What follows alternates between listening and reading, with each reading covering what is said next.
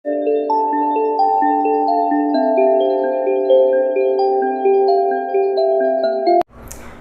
વિદ્યાર્થી મિત્રો, ચાલો આજે આપણે એક નવી થિયરી ભણવા જઈ રહ્યા છીએ, પણ એ થિયરીની એક્ચ્યુઅલ શરૂઆત કરીએ એ પહેલા આપણે આગળનું રિવિઝન થોડું કરી લઈએ. આપણે ચેપ્ટર નંબર 1 સ્થિત વિદ્યુત શાસ્ત્રમાં કુલમ્બનો નિયમ ભણેલા છીએ, બરાબર. એ કુલમ્બના નિયમની મદદથી તમે આપેલા બિંદુ પાસે વિદ્યુત બળ શોધી શકો, બરાબર છે. એકવાર તમને બળ મળી જાય અને ત્યાં એ બિંદુ પાસે જો તમે એકમ ધન વિદ્યુત ભાર મૂકો તો F/Q મુજબ તમે એ બિંદુ પાસે વિદ્યુત ક્ષેત્ર શોધી શકો. આ તમને યાદ હશે, બરાબર છે. અને આવો જ એક બીજો નિયમ પણ આપણે ભણેલા, તમને જો યાદ હોય તો ગાઉસનો નિયમ યાદ છે. એનું સ્ટેટમેન્ટ કંઈક આવું હતું: ઇન્ટિગ્રેશન E.dA સદિશ E અને dA નો ડોટ ગુણાકાર is equal to sigma Q upon epsilon 0. એટલે આના આપણે એવું કહેતા હતા કે વિદ્યુત ક્ષેત્રનું આપેલા પૃષ્ઠ પરનું પૃષ્ઠ સંકલન એ કોના જેટલું હોય તો કે બંધ પૃષ્ઠ વડે ઘેરાયેલો વિદ્યુત ભાર છે ને બેઝિક સરવાળો અને શૂન્યાવકાશની પરમિટિવિટીના ગુણોત્તર જેટલું હોય. આ હતો ગાઉસનો નિયમ. યાદ આવે છે કઈ? તો આની મદદથી પણ આપણે આપેલા બિંદુ પાસે વિદ્યુત ક્ષેત્ર શોધતા હતા. એટલે આ બંને નિયમો છે. કુલમ્બનો નિયમનો ઉપયોગ કરીને પણ તમે વિદ્યુત ક્ષેત્ર શોધી શકો, ગાઉસના નિયમનો ઉપયોગ કરીને પણ તમે આપેલા બિંદુ પાસે વિદ્યુત ક્ષેત્ર શોધી શકો. પણ આ બંનેમાં યુઝફુલ કયો હતો, વધારે ઉપયોગી કયો બનતો હતો? આપણને ખબર છે ગાઉસનો નિયમ, બરાબર છે. અને એની અંદર આ સિગ્મા Q શું હતો તો કે બંધ પૃષ્ઠ વડે ઘેરાયેલો જ વિદ્યુત ભાર તમારે ગણવાનો હતો, એનો જ બેઝિક સરવાળો, બરાબર. જ્યારે જમણી બાજુનું જે વિદ્યુત ક્ષેત્ર છે એ શું હતું તો કે બધા જ વિદ્યુત ભારો લઈ લેવાના, પછી બંધ પૃષ્ઠ વડે ઘેરાતા હોય તો પણ ભલે અને બંધ પૃષ્ઠની બહાર હોય તો પણ ભલે, બધા જ વિદ્યુત ભારો વડે જે પણ વિદ્યુત ક્ષેત્ર ઉદ્ભવે છે એ પરિણામી વિદ્યુત ક્ષેત્ર હતું. ખ્યાલ આવે છે? તો આ ગાઉસના નિયમની મદદથી આપણે વિદ્યુત ક્ષેત્ર છે ઇઝીલી શોધી શકતા હતા. સેમ ટુ સેમ આપણા ચુંબકત્વમાં આવી જઈએ. આપણે બાયો-સાવર્ટના નિયમનો અભ્યાસ કર્યો છે, બરાબર. એની મદદથી આપેલા બિંદુ પાસે તમે ચુંબકીય ક્ષેત્ર શોધી શકો. રેડી? પણ ઘણા કિસ્સામાં છે એ બાયો-સાવર્ટનો નિયમ છે એની મદદથી શોધી તો શકાય છે, પણ ઘણી બધી મુશ્કેલીઓ પડે હે ને. આપણી જે મેથડ છે, કેલ્ક્યુલેશન છે, ઘણી લાંબી થઈ જાય. એને ટૂંકી અને સરળ બનાવવા માટે એક નવા પ્રકારનો આપણે નિયમ ભણવાના છે જેનું નામ છે એમ્પિયરનો સર્કિટલ નિયમ, એટલે કે બંધ ગાળાનો નિયમ. જેવી રીતે અહીંયા ગાઉસનો નિયમ છે સ્થિત વિદ્યુત શાસ્ત્ર માટે, એવી જ રીતે ચુંબકત્વ માટે એમ્પિયરનો સર્કિટલ નિયમ છે. આ એમ્પિયરના સર્કિટલ નિયમની મદદથી પણ આપણે આપેલા કોઈ પણ બિંદુ પાસે ઇઝીલી એટલે કે સરળતાથી ચુંબકીય ક્ષેત્ર શોધી શકીએ. અહીંયા વિદ્યુત ક્ષેત્ર શોધી શકતા હતા, અહીંયા સરળતાથી ચુંબકીય ક્ષેત્ર શોધી શકીએ. તો શું છે આ એમ્પિયરનો સર્કિટલ નિયમ એ સૌપ્રથમ આપણે જોઈએ. એનું વિધાન લખું છું નિયમનું, તો અહીંયા લખું છું વિધાન. તો કે ચુંબકીય ક્ષેત્રમાં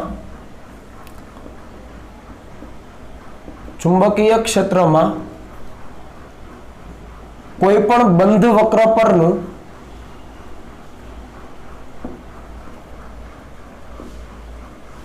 ચુંબકીય પ્રેરણ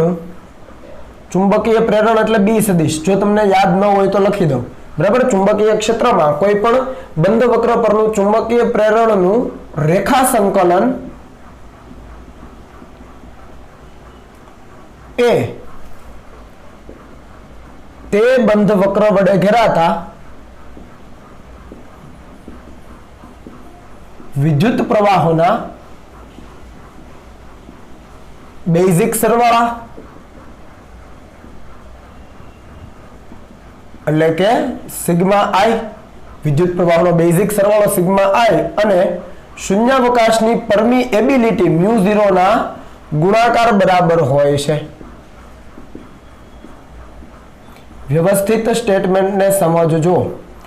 આ એમ્પિયરના સર્કિટલ નિયમનું વિધાન છે કે ચુંબકીય ક્ષેત્રમાં કોઈ પણ બંધ પૃષ્ઠ છે એના પરનું તમે ચુંબકીય પ્રેરણ એટલે કે બી સદિશનું જો રેખા સંકલન લો તો એ કેટલું હોય તો રેખા સંકલન એટલે આ રીતે ઇન્ટિગ્રેશન બી ડોટ, અહીંયા ડોટ ગુણાકાર છે, ધ્યાન આપજો, બી ડોટ dl. આને કહેવાય ચુંબકીય ક્ષેત્રનું બંધ વક્ર પરનું, જો અહીંયા બંધ વક્ર લખ્યો છે તો અહીંયા મેં બંધ કરેલું છે ક્લોઝ પાથ, બરાબર. ચુંબકીય ક્ષેત્રનું બંધ વક્ર પરનું રેખા સંકલન અહીંયા લખવું પડે, રેખા સંકલન, બરાબર. એ કોના જેટલું હોય છે તો આગળ વાંચો.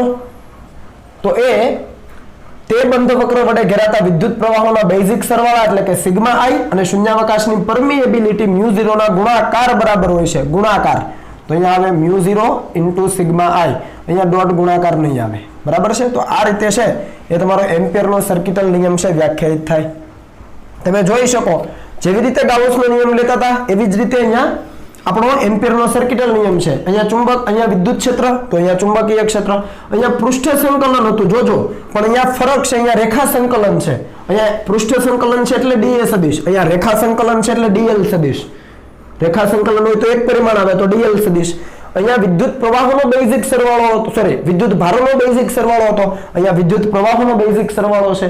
અને વિદ્યુત શાસ્ત્ર માટે એપ્સિલોન 0 આવે, પરમિટિવિટી આવે, જ્યારે ચુંબકની વાત કરીએ ત્યારે પરમિએબિલિટી આવે। તો વસ્તુ બંને સરખી જ છે, સિમિલારિટી ખબર પડી ગઈ, બરાબર। તો આ છે આપણો એમ્પિયરનો સર્કિટલ નિયમ। આની મદદથી તમે કોઈ પણ સિમેટ્રી તમને આપી છે, સમમિતિ આપી છે, વિદ્યુત પ્રવાહોનું વિતરણ આપેલું છે, તો એના માટે તમે ચુંબકીય ક્ષેત્ર છે આપેલા બિંદુએ ઇઝીલી શોધી શકો। ફરીથી સ્ટેટમેન્ટ રિપીટ કરીએ છીએ, કોઈ પણ બંધ વક્ર છે, અહીંયા મેં આ રાઉન્ડ કર્યાનો મતલબ કે બંધ વક્ર, એ બંધ વક્ર પર ચુંબકીય ક્ષેત્રનું રેખા સંકલન એ કેટલું હોય તો કે એ બંધ વક્ર વડે ઘેરાતો જે વિદ્યુત પ્રવાહ છે એનો બેઝિક સરવાળો અને μ0 ના એટલે કે શૂન્યાવકાશની પરમિએબિલિટીના ગુણાકાર બરાબર હોય છે। ક્લિયર છે? જ્યાં μ0 આપણે જાણીએ છીએ કેટલો છે 4 પાઈ ગુણ્યા 10⁻⁷ ટેસ્લા મીટર પર એમ્પિયર। હવે જે બાબત સમજવાની છે એ અહીંયા આપણે જે બંધ વક્ર કહીએ છીએ, એટલે કે આ જે બંધ વક્ર લઈએ એ ખરેખર બંધ વક્ર શું છે તો ગાઉસના નિયમમાં આપણે એને ગાઉસિયન પૃષ્ઠ કહેતા હતા, યાદ આવે છે? ગાઉસના નિયમમાં આપણે જે બંધ પૃષ્ઠ લેતા હતા એને આપણે ગાઉસિયન પૃષ્ઠ કહેતા હતા। અહીંયા જે બંધ વક્ર છે એમ્પિયરના નિયમમાં એ બંધ વક્રને આપણે કહીશું એમ્પિરિયન લૂપ। તો એ બાબત અહીંયા લખી દઉં છું કે અહીં બંધ વક્રને એમ્પિરિયન લૂપ કહેવાય છે।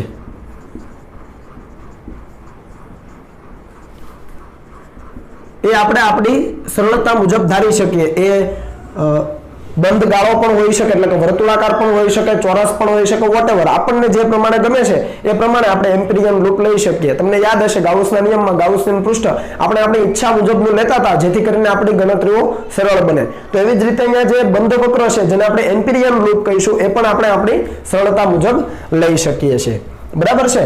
આ જસ્ટ એટલા માટે જ લીધું છે કે ભાઈ બાયો-સાવર્ટના નિયમની મદદથી આપણે બધી ગણતરીઓ સરળતાથી નથી કરી શકતા, તો એવા કિસ્સામાં આપણી પાસે એમ્પિયરનો સર્કિટલ નિયમ છે એ છે અને એ ઉપયોગી બને ચુંબકીય ક્ષેત્ર શોધવા માટે। તો એક બાબત ક્લિયર છે। બીજી બાબત કે આ જમણી બાજુ તમે જે આ સિગ્મા આઈ જોઈ રહ્યા છો એ સ્ટેટમેન્ટમાં ઓલરેડી મેં કીધું કે બંધ વક્ર વડે ઘેરાતો વિદ્યુત પ્રવાહ, અહીંયા જે સિગ્મા આઈ છે માત્ર ને માત્ર બંધ વક્ર વડે ઘેરાતો જ વિદ્યુત પ્રવાહ લેવાનો છે। એટલે આપણે અહીંયા લખી દઈએ કે સિગ્મા આઈ શું છે? સિગ્મા આઈ છે એ બંધ વક્ર વડે ઘેરાતા વિદ્યુત પ્રવાહનો બેઝિક સરવાળો। માત્ર ને માત્ર બંધ વક્ર વડે ઘેરાય એ જ લેવાનો છે, એની બહારનો એક પણ વિદ્યુત પ્રવાહ લેવાનો નથી। બંધ વક્ર વડે ઘેરાતા વિદ્યુત પ્રવાહનો બેઝિક સરવાળો। જ્યારે અહીંયા જમણી બાજુ જે ડાબી બાજુ જે તમે ચુંબકીય ક્ષેત્ર જોઈ રહ્યા છો એ બધા જ વિદ્યુત પ્રવાહોના કારણે ઉદ્ભવતું ચુંબકીય ક્ષેત્ર છે। પછી એ બંધ પૃષ્ઠની અંદર હોય તો પણ ભલે અને બંધ પૃષ્ઠની બહાર હોય તો પણ ભલે। સમજ પડી ને? આ માત્ર ને માત્ર બંધ પૃષ્ઠ વડે ઘેરાયેલો જ વિદ્યુત પ્રવાહ, પણ આ જે ચુંબકીય ક્ષેત્ર છે એ બંધ પૃષ્ઠની અંદર હોય એ વિદ્યુત ભારો પણ ગણવાના અને બંધ પૃષ્ઠની બહાર હોય એ વિદ્યુત ભારો પણ ગણવાના, એના કારણે ઉદ્ભવતું કુલ ચુંબકીય ક્ષેત્ર। એટલે અહીંયા લખી દઉં છું કે બી સદિશ એ બધા જ વિદ્યુત પ્રવાહો એટલે કે બંધ પૃષ્ઠની બંધ વક્ર પૃષ્ઠ નહીં, બરાબર? બંધ વક્રની અંદર અને બહાર બધા જ વિદ્યુત પ્રવાહો જે બંધ વક્રની અંદર પણ હોય બહાર પણ હોય એ બધા જ વિદ્યુત પ્રવાહો વડે ઉદ્ભવતું કુલ ચુંબકીય ક્ષેત્ર છે, બરાબર છે? આની તમને સમજ આપી દઉં કે આનો ઉપયોગ કઈ રીતે કરવાનો છે। તો એના માટે આપણે ધારી લઈએ કે ધારી લો કે આપણી પાસે કોઈ સમતલ છે, સપોઝ એ સમતલને હું અહીંયા વ્યવસ્થિત રીતે જો દર્શાવું તો કંઈક આ રીતે ત્રિપારિમાણિક આકૃતિ તમારી સમજ માટે જસ્ટ ખાલી બનાવું છું જેથી તમને સમજ આવે, બરાબર? આવું કોઈ સમતલ છે, બરાબર? અને એની અંદર વિદ્યુત પ્રવાહો છે એ કંઈક આ રીતે જઈ રહ્યા છે। ધારી લો કે આ વિદ્યુત પ્રવાહ છે I4 છે,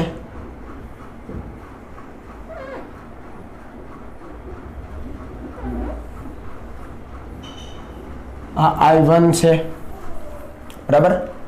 પછી બીજો કોઈ વિદ્યુત પ્રવાહ આપણે ધ્યાનમાં લઈએ તો ધારી લો કે એ વિદ્યુત પ્રવાહ I2 છે।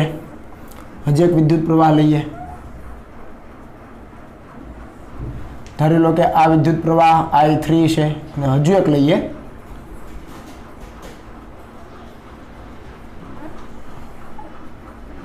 ધારી લો કે આ I5 છે, બરાબર છે। આ રીતે તમે 5 વિદ્યુત પ્રવાહો ધ્યાનમાં લીધેલા છે। કોઈ પણ એક પૃષ્ઠ છે એની આજુબાજુ આ રીતે 5 વિદ્યુત ભારોનું વિતરણ છે। તમે જોઈ શકો કે I4, I1 અને I3 ઉપરની દિશામાં છે અને I2, I5 નીચેની દિશામાં છે। આ પૃષ્ઠ આ રીતે છે એમ સમજજો, બરાબર। આ પૃષ્ઠ આ રીતે છે, આ બોર્ડને લંબ રૂપે। હવે આની અંદર આપણે એમ્પિયરના સર્કિટલ નિયમનો ઉપયોગ કરવો છે તો સૌપ્રથમ શું નક્કી કરવાનું? સૌપ્રથમ એમ્પિરિયન લૂપ લેવાની, જેવી રીતે આપણે ગાઉસના નિયમમાં કરતા હતા, સેમ ટુ સેમ એમ્પિરિયન લૂપ લેવાની। ધારી લો કે હું એમ્પિરિયન લૂપ કંઈક આ રીતે લઉં છું, ધ્યાન આપજો। આ એમ્પિરિયન લૂપ છે, આ શું છે? એમ્પિરિયન લૂપ, બરાબર। હવે એમ્પિરિયન લૂપ ઉપર આપણે શું કરવાનું છે તો કે ચુંબકીય ક્ષેત્ર છે એનું રેખા સંકલન લેવાનું। તો હવે રેખા સંકલન માટે તમારે બે માર્ગ વિચારવા પડે। હવે આ સમતલ આ રીતે હતું તો પેલું પૃષ્ઠ છે, પેલું વક્ર છે પણ આ રીતે જશે, તો આ વક્ર ઉપર તમે બે રીતે જઈ શકો, ક્યાં તો તમે આ રીતે જઈ શકો અથવા એનાથી વિરુદ્ધમાં જઈ શકો, એટલે તમે બે રીતે જઈ શકો। હું એક રીત સમજાવું, બીજી રીત તમારે ઓટોમેટિક તમને સમજ આવી જશે। સપોઝ આપણે આ રીતે જઈએ છીએ, આ દિશામાં જઈએ છીએ, એટલે કઈ રીતે? આ રીતે જઈએ છીએ, ખ્યાલ આવે છે? તો આજે આખું એમ્પિરિયન લૂપ છે એને નાના નાના ડીએલ સદિશમાં વિભાજિત કરવું પડે। સપોઝ કે અહીંયા એક નાનકડો એવો ખંડ પાડી દઉં છું, અહીંયા નાનકડો એવો ખંડ પાડી દઈએ કે આ બિંદુ પાસે સપોઝ ડીએલ સદિશ આ રીતે છે, આ ડીએલ સદિશ આ રીતે છે અને એ બિંદુ પાસે પરિણામી ચુંબકીય ક્ષેત્ર આ રીતે મળે છે। કેમ કે આ જે ચુંબકીય ક્ષેત્ર છે અહીંયા મેં દર્શાવ્યું, એ ચુંબકીય ક્ષેત્ર તો 5 વિદ્યુત પ્રવાહોના કારણે હશે। અહીંયા ઓલરેડી મેં તમને સમજ આપી, તો આ ચુંબકીય ક્ષેત્ર બધા જ વિદ્યુત પ્રવાહોની અસરના કારણે હશે, બરાબર। અને એમને આ ડીએલ અને બી વચ્ચેનો ખૂણો કેટલો લઈએ? θ લઈએ। તો એવી રીતે તમે આ જે બંધ માર્ગ લીધો છે, એમ્પિરિયન લૂપ લીધું છે, એના દરેક બિંદુએ તમારે નાનકડો ડીએલ ખંડ લેવો પડે અને ત્યાં પરિણામી ચુંબકીય ક્ષેત્ર શોધવું પડે અને બી ડીએલ બંને વચ્ચેનો ખૂણો, અને એ રીતે તમે જોવા જાઓ તો બાયો-સાવરના નિયમનો ઉપયોગ કરીને તકલીફ પડી જાય। સમજ આવી ને? કેમ કે દરેક બિંદુ પાસે તમારે ડીએલ સદિશ લેવાનો અને એ જ બિંદુ પાસે બી સદિશ લેવાનો, બંને વચ્ચેનો ખૂણો શોધવાનો, અને બાયો-સાવરના નિયમની મદદથી ગણતરીઓ તકલીફવાળી બને, લાંબી બને, બરાબર। તો એના માટે આપણે એમ્પિયરના સર્કિટલ નિયમનો ઉપયોગ કરી શકીએ। તો તમે આ રીતે ચાલો છો। હવે આ કિસ્સામાં તમે જોઈ શકો કે અહીંયા ઇન્ટિગ્રેશન બી ડોટ ડીએલ છે, એટલે હું શું લખી શકું? Integration B dl cos theta લખાય, કેમ કે ડોટ ગુણાકાર છે, બી અને ડીએલ વચ્ચેનો ખૂણો થીટા, તો બી ડીએલ કોસ થીટા લખાય। જમણી બાજુને સોરી ડાબી બાજુને ઇઝ ઇક્વલ ટુ μ0 અચળ છે, શૂન્યાવકાશની પરમિએબિલિટી। હવે સિગ્મા એટલે શું તો કે બંધ પૃષ્ઠ વડે જે વિદ્યુત પ્રવાહો ઘેરાય છે એનો બેઝિક સરવાળો। બંધ પૃષ્ઠ વડે કેટલા વિદ્યુત પ્રવાહો ઘેરાય છે તો કે 3, I1, I2 ને I3, બાકીના I4 ને I5 તો બહાર છે। બંધ પૃષ્ઠ એટલે એમ્પિરિયન લૂપ વડે જે ઘેરાય એ, તો એના વડે 3, I1, I2 ને I3 ત્રણ જ ઘેરાય છે। હવે સમજો, બેઝિક સરવાળો લેવાનો છે, તો આમાં કોને ધન કેવા કોને ઋણ કેવા એ આપણા હાથની વાત છે, બરાબર। તો તમે કઈ રીતે રેખા સંકલન લો છો એના ઉપર ડિપેન્ડ છે। સપોઝ કે આપણે આ રીતે રેખા સંકલન લઈએ તો હું જમણા હાથની આંગળીઓ એ રેખા સંકલનની દિશામાં ઘુમાવું, જુઓ આ રીતે, તો અંગૂઠો ક્યાં આવે? ઉપર, કેમ કે પૃષ્ઠ આ રીતે છે, તો આ રીતે ઘુમાવવાનો, અંગૂઠો ક્યાં આવ્યો? ઉપર। અંગૂઠાની દિશાના પ્રવાહો ધન લેવાના, તો રેખા સંકલન આ રીતે લઈએ આમ, કેમ કે આ રીતે પેલું પૃષ્ઠ આપણે લીધું છે, તો રેખા સંકલન આમ લઈએ તો શું થાય? અંગૂઠો ઉપર, તો ઉપરની દિશાના અંગૂઠાની દિશાના પ્રવાહો ધન, I1 અને I3 કેવા? ધન, અને એનાથી વિરુદ્ધ દિશામાંના પ્રવાહો ઋણ, I2 કેવો આવે? ઋણ આવે। સિમ્પલ છે, સમજ પડી? તો અહીંયા જો લખવાનું થાય તો આવું થાય, I1 કે એમ કે ધન છે, માઇનસ I2 કારણ કે ઋણ છે, વત્તા I3 કારણ કે ધન છે। આ કિસ્સામાં સમજ પડી? પૃષ્ઠ આ રીતે છે અને આપણે રેખા સંકલન પણ એ જ રીતે લીધું છે, તો એ દિશામાં આંગળીઓ ઘુમાવો, અંગૂઠાની દિશાના પ્રવાહો ધન, તો I1 અને I3 ધન, જુઓ ધન છે, અને એનાથી વિરુદ્ધ દિશાના પ્રવાહો ઋણ, I2 ઋણ છે। તમે ઉલટું લીધું હોત, રેખા સંકલન આ રીતે લીધું હોત તો આંગળીઓ આમ ઘુમાવે તો અંગૂઠો નીચે તરફ, તો નીચેની દિશાના પ્રવાહો ધન બરાબર, અને ઉપરની દિશાના પ્રવાહો ઋણ લેવા પડે. ટૂંકમાં અંગૂઠાની દિશાના પ્રવાહો ધન લેવાના છે. અહીંયા હું એ બાબત લખી દઉં છું કે રેખા સંકલનની દિશામાં જમણા હાથની આંગળીઓ વાળતા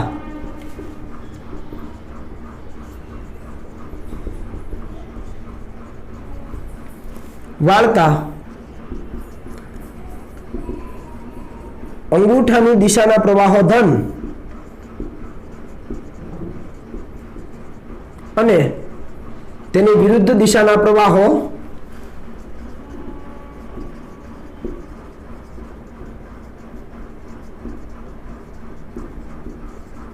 ઋણ લેવા. સમજ પડી ને? રેખા સંકલનની દિશા આપણે અત્યારે આ રીતે લીધું છે. તો રેખા સંકલનની દિશામાં જમણા હાથની આંગળીઓ વાળો તો અંગૂઠાની દિશાના જે પ્રવાહો છે I1 I3 એ ધન અને એની વિરુદ્ધ દિશાના પ્રવાહો ઋણ લેવા. સિમ્પલ છે. તો આ નિયમ તમારે ભૂલવાનો નથી. ખાસ ખ્યાલ રાખજો કઈ રીતે ઉપયોગ કરવાનો છે મેં તમને કહી દીધું. ડાબી બાજુનું જે ચુંબકીય ક્ષેત્ર છે બધા જ વિદ્યુત પ્રવાહોના કારણે મળે છે. પછી બંધ પૃષ્ઠની અંદર હોય કે બંધ પૃષ્ઠની બહાર હોય, બંધ વક્રની અંદર હોય કે બંધ વક્રની બહાર હોય, પણ જમણી બાજુ જે તમે સિગ્મા I જોઈ રહ્યા છો એ માત્ર ને માત્ર બંધ વક્ર એટલે કે એમ્પિરિયન લૂપ વડે જે વિદ્યુત પ્રવાહો ઘેરાય છે એનો જ બેઝિક સરવાળો લેવાનો. જો I4 અને I5 પિક્ચરમાં જ નથી. રેડી? તો આ દરેક બાબતને ખાસ તમારે ધ્યાન રાખવાનું છે. બીજી બાબત કે ધારી લો કે તમે કોઈ એવું પૃષ્ઠ જોશો, ખાલી સમજ આપી દઉં કે ધારી લો કે તાર છે આ રીતે પસાર થાય છે લંબ રૂપે. ધારી લો કે અહીંયા હું ડોટ લખું છું, એનો મતલબ શું કે વિદ્યુત પ્રવાહ બહાર તરફ છે. વિદ્યુત પ્રવાહ બહાર તરફ હોય તો ચુંબકીય ક્ષેત્ર રેખાઓ આ રીતે હોય. સમજ આવે ને? આ ખાલી જસ્ટ તમારી સમજ માટે દર્શાવું છું. આ ડોટનો મતલબ તાર આ રીતે બહાર નીકળે છે લંબ રૂપે અને પ્રવાહ પણ બહાર આવે છે. તો પ્રવાહ બહાર આવતો હોય તો આંગળાઓ આ રીતે વળે તો ચુંબકીય ક્ષેત્ર રેખાઓ આ રીતે. તો કોઈ પણ બિંદુ પાસે છે એ તમે જો સ્પર્શક બનાવો તો જુઓ બી નું મૂલ્ય કેવું હોય? અચળ જ હોય. કયા સૂત્ર મુજબ? μ0I/2πr. યાદ આવે છે કઈ આવું? μ0I/2πr. કારણ કે આ તાર અતિ લંબાઈ ધારો, અનંત લંબાઈનો ધારો, તો μ0I/2πr એટલે r તો બધા માટે સરખું છે. આ પરિઘ પરનું દરેક બિંદુ છે આ તારથી એક સમાન અંતરે જ છે. તો r સમાન છે, I પણ સમાન છે. તો આ સૂત્ર મુજબ છે ચુંબકીય ક્ષેત્રનું મૂલ્ય અચળ થઈ ગયું. સમજ પડી? માત્ર દિશા જ બદલાઈ છે તો મૂલ્ય અચળ થઈ ગયું. તો આની અંદરથી તમે શું કરી શકો? તો અહીંયા તમે બી ને બહાર કાઢી શકો. બીજું કે જે દિશામાં બી છે એ જ દિશામાં તમારે ચાલવાનું છે. તો ડીએલ પણ એ જ દિશામાં આવ્યું. તો બી અને ડીએલ એક જ દિશામાં, તો cos 0 1 થઈ જાય. ખ્યાલ આવ્યો? તો બી બહાર નીકળી ગયો cos 0 1, તો ઇન્ટિગ્રેશન ડીએલ જ વધ્યું. ઇન્ટિગ્રેશન ડીએલ કેટલું થાય? તો કે 2πr. ઇન્ટિગ્રેશન ડીએલ એટલે આખું જે લૂપ છે એની લંબાઈ, જેને આપણે એમ્પિરિયન લૂપ તરીકે જ લઈ શકીએ આ કિસ્સામાં, કેમ કે વર્તુળ છે, સિમેટ્રી છે. સમજ પડી? ફરીથી રિપીટ કરું છું.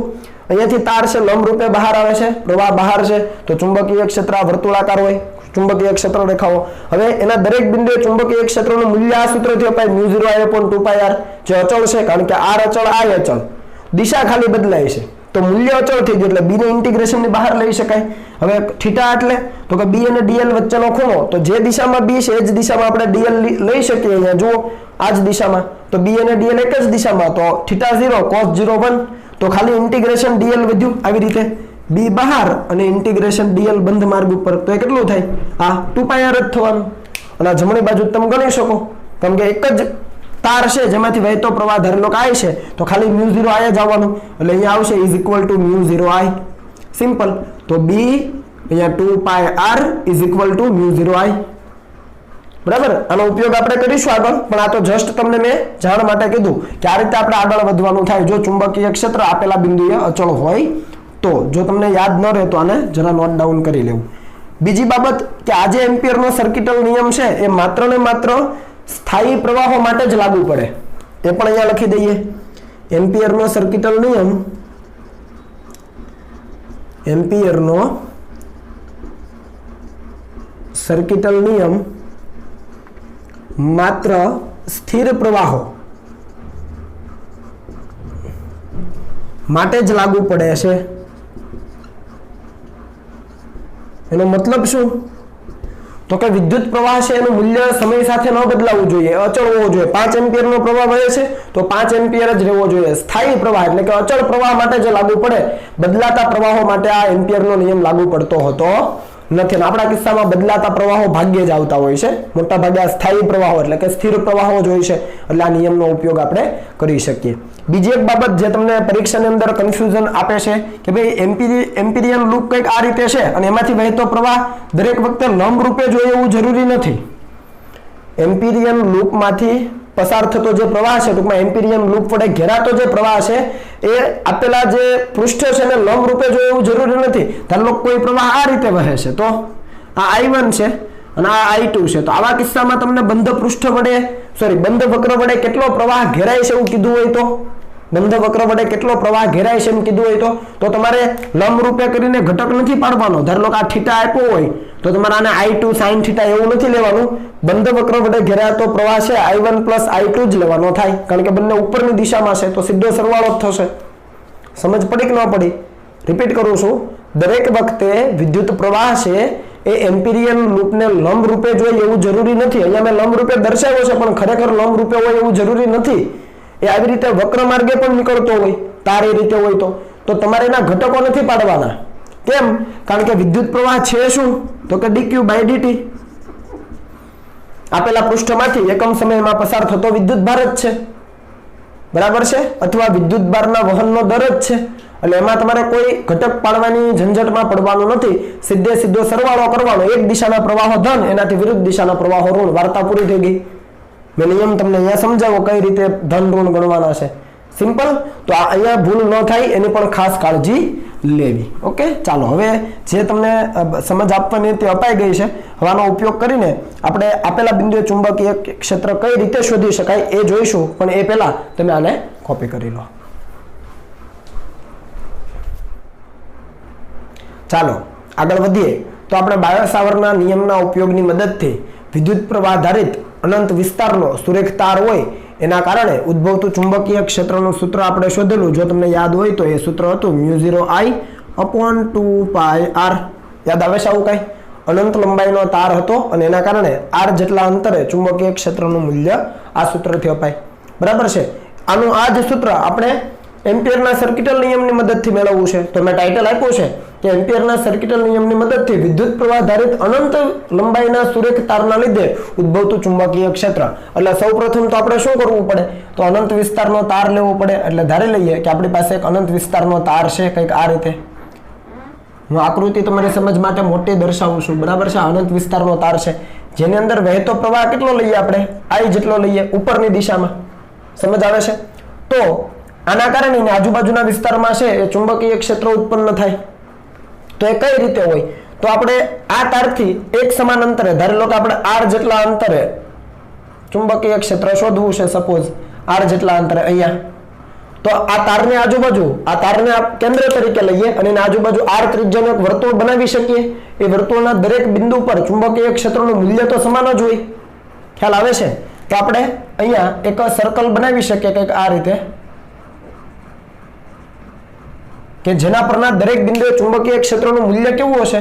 એક સમાન હશે. આ બાબત દરેકને સમજ આવે છે, બરાબર છે? ચાલો, તો આ વસ્તુ ક્લિયર થઈ ગઈ કે ભાઈ અનંત વિસ્તારનો તાર છે જેની અંદર વહેતો પ્રવાહ આવી છે અને એનાથી કેપિટલ R જેટલા અંતરે જે પણ ચુંબકીય ક્ષેત્ર હશે એનું મૂલ્ય એ વર્તુળ પરના દરેક બિંદુએ એક સમાન જ હશે, કારણ કે તારથી બધા જ બિંદુઓ કેવા અંતરે છે? એક સમાન અંતરે છે. આની દિશા કઈ બાજુ હોય? તો તારમાં પ્રવાહ ઉપર તરફ વહે છે એટલે અંગૂઠો ઉપર તરફ આપણા નિયમ મુજબ આંગળીઓ વાળો તો ચુંબકીય ક્ષેત્ર આ રીતે હોય. એટલે કે ચુંબકીય ક્ષેત્રની દિશા છે એ કંઈક આ રીતે હશે. હું સર્કલ એવું હોય તો પૂરું કરી દઉં એટલે તમને વધારે સમજ આવે. જુઓ,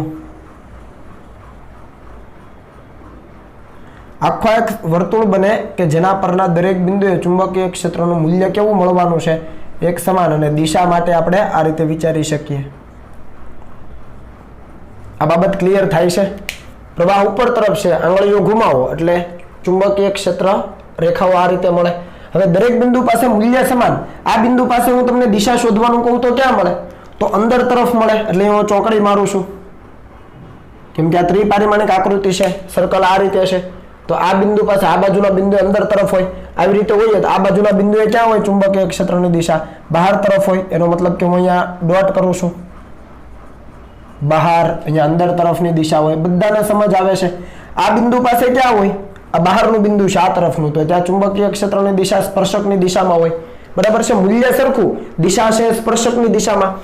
તો કોઈ પણ બિંદુ પાસે તમારે ચુંબકીય ક્ષેત્રનું, ધારો લો કે આ બિંદુ પાસે જોઈએ તો ત્યાં ચુંબકીય ક્ષેત્ર કયા રીતે હોય, તો ચુંબકીય ક્ષેત્ર છે સ્પર્શકની દિશામાં હોય આ રીતે.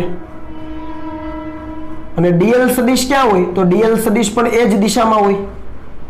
કેમ કે આને જ આપણે જો એમ્પિરિયન લૂપ તરીકે ધારીએ, આને જ આપણે એમ્પિરિયન લૂપ લઈ લઈએ તો શું થાય, તો આપણા માટે કામ ઈઝી થઈ જાય. તો હવે એમ્પિયરના સર્કિટલ નિયમનો ઉપયોગ કરવો છે ને એમ્પિરિયન લૂપ આપણે ધારી લીધી છે, તો સીધે સીધું આના માટે શું કરી શકીએ, integration B dot dl is equal to mu 0 into sigma I, બરાબર છે. આને વ્યાખ્યાયિત કરો, તો આને વ્યાખ્યાયિત કરો તો શું થાય, integration B dl cos theta is equal to mu 0 અને સિગ્મા આઈ એટલે તો કે આજે એમ્પિરિયન લૂપ છે એના વડે ઘેરાતો વિદ્યુત પ્રવાહ, ખાલી આઈ જેટલો જ પ્રવાહ ઘેરાય છે, તો આ આઈ લખી દીધો, સિમ્પલ. સિગ્મા આઈ ની કિંમત ખાલી આઈ, કારણ કે એક જ પ્રવાહ છે આઈ. ઓકે, હવે અહીંયા તમે જુઓ તો થીટા કોની વચ્ચેનો ખૂણો, તો કે બી અને ડીએલ વચ્ચેનો, જે દિશામાં બી છે એ જ દિશામાં ડીએલ છે, જોઈ શકો તમે અહીંયા. તો થીટા કેટલો થાય 0, તો આ cos 0 1 થઈ ગયું. બી તમે જુઓ તારથી બધા જ બિંદુઓ એક સમાન અંતરે છે એટલે બી સમાન હોવાનું, તો બી ને આપણે ઇન્ટિગ્રેશન ને બહાર કાઢીએ, અહીંયા આવી જશે ખાલી DL is equal to mu 0 આઈ, કારણ કે theta is equal two 0 degree. હવે બી ઇન્ટિગ્રેશન, આ બંધ માર્ગ પરનું જે રેખા સંકલન છે એ આખી લંબાઈ થવાની, આ જે એમ્પિરિયન લૂપ છે એની કુલ લંબાઈ તો કેટલી થવાની, 2 pi r is equal to mu 0 આઈ. આના ઉપરથી બી ને કરતા બનાવો તો શું આવે, મ્યુ 0 આઈ અપોન 2 પાઈ r. જુઓ સૂત્ર ફરીથી એ જ આવે છે, થોડી વારમાં જ આપણે તારવી શકીએ. આ બંને સૂત્ર તમે જોઈ શકો, આપણે બાયો-સાવર્ટના નિયમની મદદથી તારવેલું, બરાબર છે. સૂત્રમાં કોઈ ફરક આવતો નથી, પણ તમે જોઈ શકો કે ભાઈ એમ્પિયરના સર્કિટલ નિયમનો ઉપયોગ કર્યો તો વધીને 3 થી 4 સ્ટેપની અંદર દાખલો કમ્પ્લીટ થઈ જાય, આપણો સવાલ છે સોલ્વ થઈ જાય છે. એટલે અનંત વિસ્તારનો તાર છે, સુરેખ તાર, એમાંથી વહેતો પ્રવાહ I હોય તો એનાથી r જેટલા અંતરે ચુંબકીય ક્ષેત્રનું જે મૂલ્ય છે એ μ0 I upon 2 pi r સૂત્રથી અપાય, સીધું છે. અને એની દિશા ક્યાં હોય, તો કે આ જે લૂપ છે એના દરેક બિંદુએ સ્પર્શકની દિશામાં. તો અહીંયા આપણે લખી શકીએ કે બી સદિશની દિશા એ આપેલા બિંદુએ ક્યાં છે, તો કે સ્પર્શકની દિશામાં છે.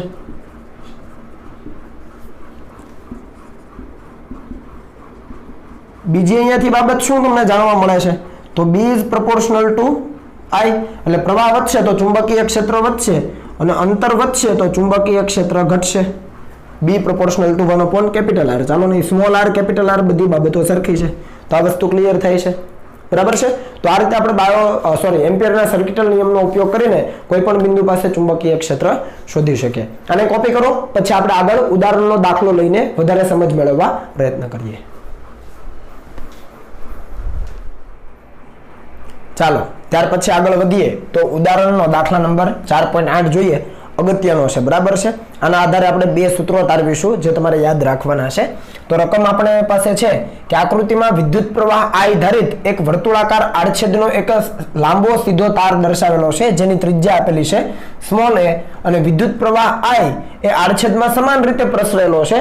તો r લેસ ધેન a એટલે કે આ જે તાર છે એની ત્રિજ્યા કરતા ઓછા અંતરે અને આ તારની ત્રિજ્યા છે એના કરતા વધારે અંતરે જે વિસ્તાર છે એમાં ચુંબકીય ક્ષેત્રની ગણતરી કરો. ઇન શોર્ટ શું આપેલું છે, તો આ બોલપેન છે, આ માર્કર પેન, એટલે તમે એક વિદ્યુત પ્રવાહ ધારિત તાર માનો જેના આડછેદનું ક્ષેત્ર આડછેદની ત્રિજ્યા તમને આપેલી છે સ્મોલ a અને એની અંદરથી વહેતો પ્રવાહ કેટલો આપેલો છે કેપિટલ I. આ બે બાબતો તમને આપેલી છે અને આ તારની અંદર પ્રવાહ છે એક સમાન રીતે પથરાયેલો છે એવું તમને કીધેલું છે, બરાબર છે. એટલે આખો જે આડછેદ છે તારનો એમાંથી કુલ પ્રવાહ કેપિટલ I જેટલો વહી રહ્યો છે. તો આ તારની અંદરનું બિંદુ એટલે કે r લેસ ધેન a કહેવાય, કેમ કે એની ત્રિજ્યા a છે તો a કરતા ઓછા અંતર એટલે કે તારની અંદરના બિંદુએ, અને r ગ્રેટર ધેન એટલે કે તારની બહારના બિંદુએ ચુંબકીય ક્ષેત્ર કેટલું હોય એ ગણવાનું છે. સૌપ્રથમ આપણે બહારના વિસ્તારની વાત કરીએ તો બહારના વિસ્તાર માટે કેમ કે ઈઝી છે, ઓલરેડી આપણે એ તારવેલું છે. r ગ્રેટર ધેન a માટે એ કરતા વધારે અંતર એટલે બહારનો વિસ્તાર થઈ જાય. એના માટે હું અહીંયા તાર દર્શાવું છું, વ્યવસ્થિત રીતે ધ્યાન આપજો. હું તારને થોડો મોટો દર્શાવીશ જેથી તમે વ્યવસ્થિત રીતે સમજી શકો. આ એક તાર છે આપણી પાસે, બરાબર છે, અને આપણને કીધું છે અનંત લંબાઈનો છે એટલે આપણે એનો અનંત લંબાઈનો દર્શાવી દઈએ અહીંયા. ચાલો, એમાંથી વહેતો પ્રવાહ કેટલો છે હું ઉપરની દિશામાં ધારી લઉં છું કે I જેટલો છે. તો આના કારણે ચુંબકીય ક્ષેત્ર વર્તુળાકાર માર્ગે હોય હવે આપણને ખબર છે, કારણ કે ઉપરની દિશામાં પ્રવાહ તો આંગળાઓ ઘુમાવો એટલે ચુંબકીય ક્ષેત્ર રેખાઓ છે એ વર્તુળાકાર હશે. તેને આપણે દર્શાવી દઈએ કે ચુંબકીય ક્ષેત્ર રેખાઓ કંઈક આ રીતે હશે.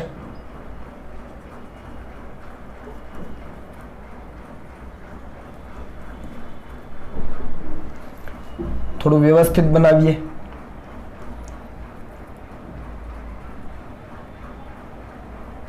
બરાબર છે, ચુંબકીય ક્ષેત્ર રેખાઓ આ રીતે વર્તુળાકાર માર્ગે છે.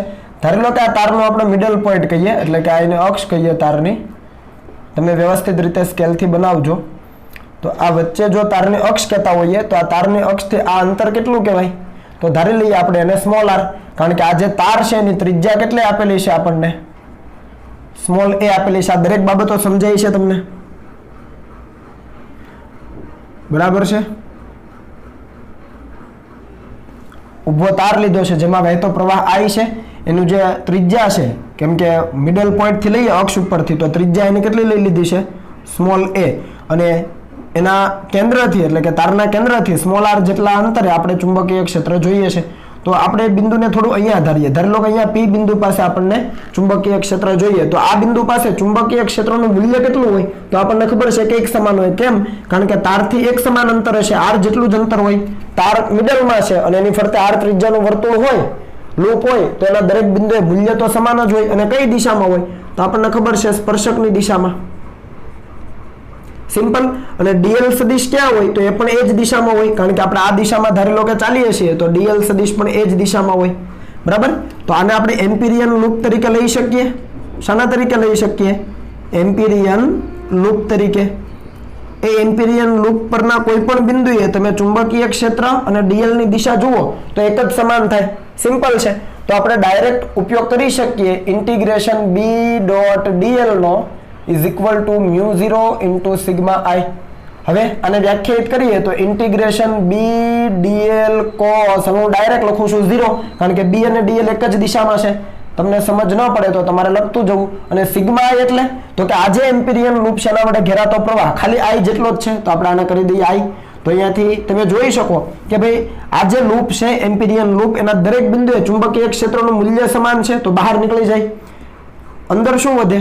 ઇન્ટિગ્રેશન dl cos 0 1 થઈ જાય અને અહીંયા વધે μ0 into I. હવે આ ઇન્ટિગ્રેશન dl એટલે આખી કુલ લંબાઈ થાય. તો ત્રિજ્યા r હોય તો કુલ લંબાઈ કેટલી થાય? b.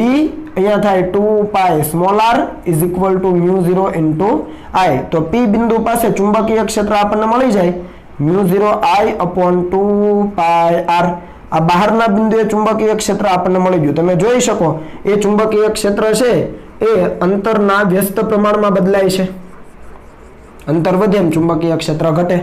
અને આ સૂત્ર ઓલરેડી આપણે તાર્યું, પણ દાખલામાં આવ્યું એટલે આપણે લઈ લીધું. એમ્પિયરના સર્કિટલ નિયમનો ઉપયોગ કરીને ઇઝીલી મેળવી શકાય. હવે એ જ વસ્તુ તમે અહીંયા સરફેસ, અહીંયા S બિંદુએ એટલે કે સપાટી ઉપર મેળવવા માંગો તો આપણે લખી શકીએ કે તારની સપાટી પર એટલે કે small r is equal to small a થાય. તારની સપાટી ઉપર એટલે અંતર r કેટલું થઈ જાય? ત્રિજ્યા જેટલું. તો એના માટે b શું લખાય? તો μ0 I upon 2 પાઈ r ની જગ્યાએ લખવું પડે એ, જે મહત્તમ હોય. ખ્યાલ આવ્યો? આ b કેવું હોય? મેક્સિમમ હોય. તમે બહાર જાઓ જેમ જેમ દૂર જાવ એમ તો ઘટતું જાય છે, એટલે સપાટી પર ક્ષેત્ર કેવું હશે? મહત્તમ હશે. આપણે સાબિત હમણાં કરી દઈએ. બરાબર. તો આ થયું બહારના બિંદુએ ચુંબકીય ક્ષેત્રનું મૂલ્ય અને દિશા ક્યાં? તો કે સ્પર્શકની દિશામાં જે તે બિંદુ પાસે. અને સપાટી પર લેવું હોય તો આ અંતર કેટલું થઈ જાય? ત્રિજ્યા જેટલું. તારની ત્રિજ્યા a છે, તો આ સિમ્પલ છે. આ બાબત તો ક્લિયર જ છે. હવે અંદરના બિંદુ માટે વાત કરીએ એટલે આપણે અહીંયા લખીએ કે અંદરના વિસ્તાર માટે નંબર 2 અંદરના વિસ્તાર. અંદરનો વિસ્તાર એટલે ત્રિજ્યા કરતા ઓછું અંતર r less than a માટે. ચાલો, અંદરના વિસ્તાર માટે તારને હું થોડોક મોટો દર્શાવું છું. ત્રિજ્યા એની a જેટલી જ છે સ્મોલ a, અને કેપિટલ I જેટલો પ્રવાહ વહે છે. પણ સમજ માટે હું તારને મોટો દર્શાવું છું એટલે સમજજો વ્યવસ્થિત રીતે, જેથી તમે વ્યવસ્થિત રીતે સમજી શકો. સપોઝ કે તારનો અવડો લઉં છું. આ અનંત લંબાઈનો તાર છે.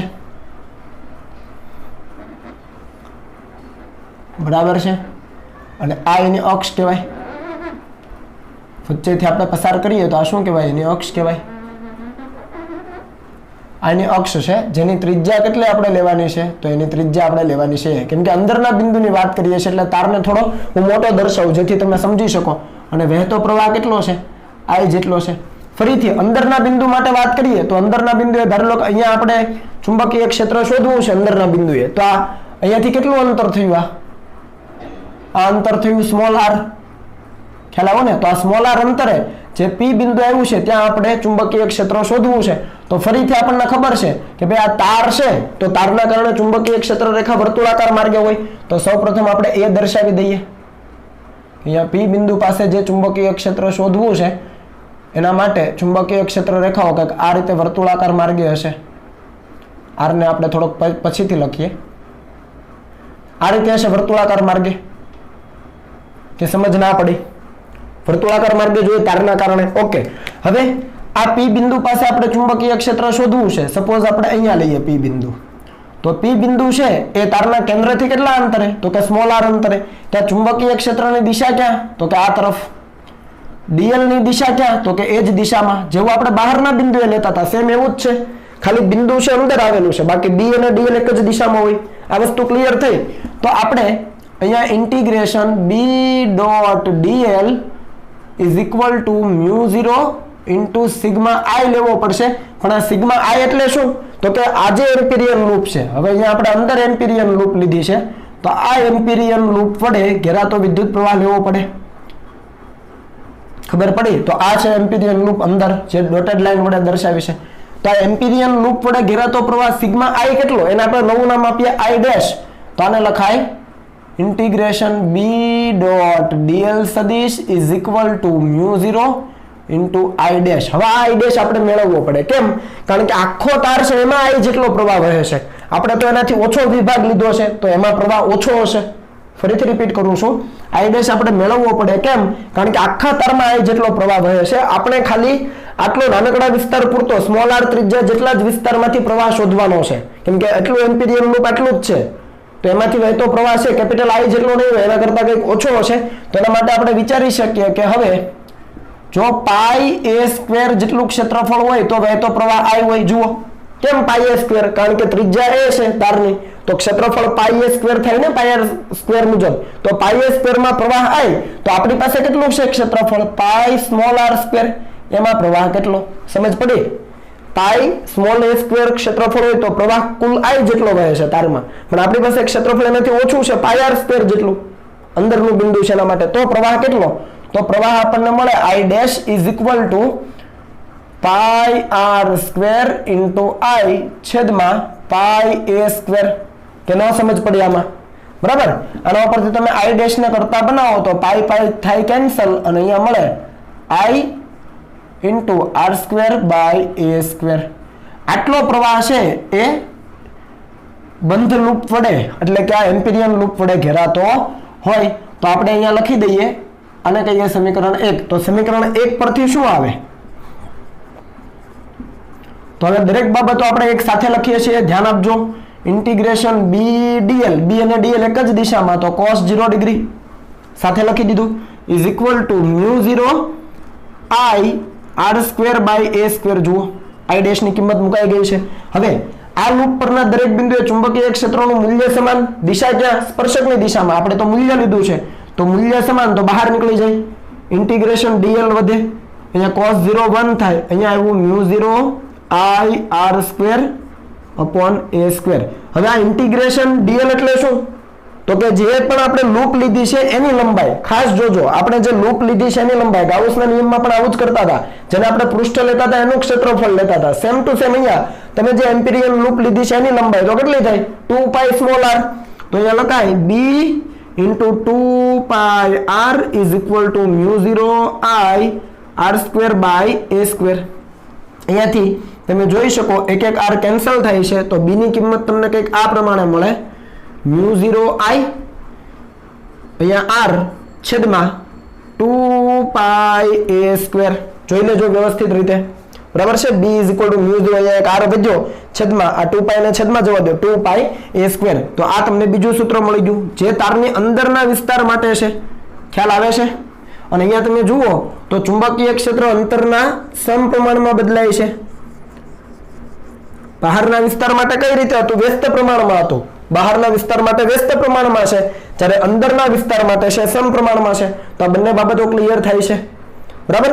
હવે તમે આ બંને ઇક્વેશન જુઓ અને આ જુઓ, સપાટી પર મહત્તમ મળે જુઓ તો તમે કોઈ પણ કિંમત લઈ લેશો એટલે તમને ખ્યાલ આવી જશે સપાટી પર ચુંબકીય ક્ષેત્ર કેટલું મળે, તારની સપાટી ઉપર મહત્તમ. તો આ ત્રણેય સૂત્ર ખ્યાલ આવવા જોઈએ, ખાસ આ ભૂલવાના નથી.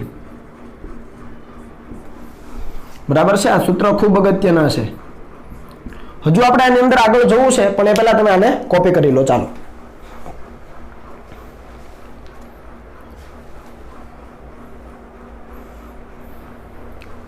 રેડી? ઓકે. તો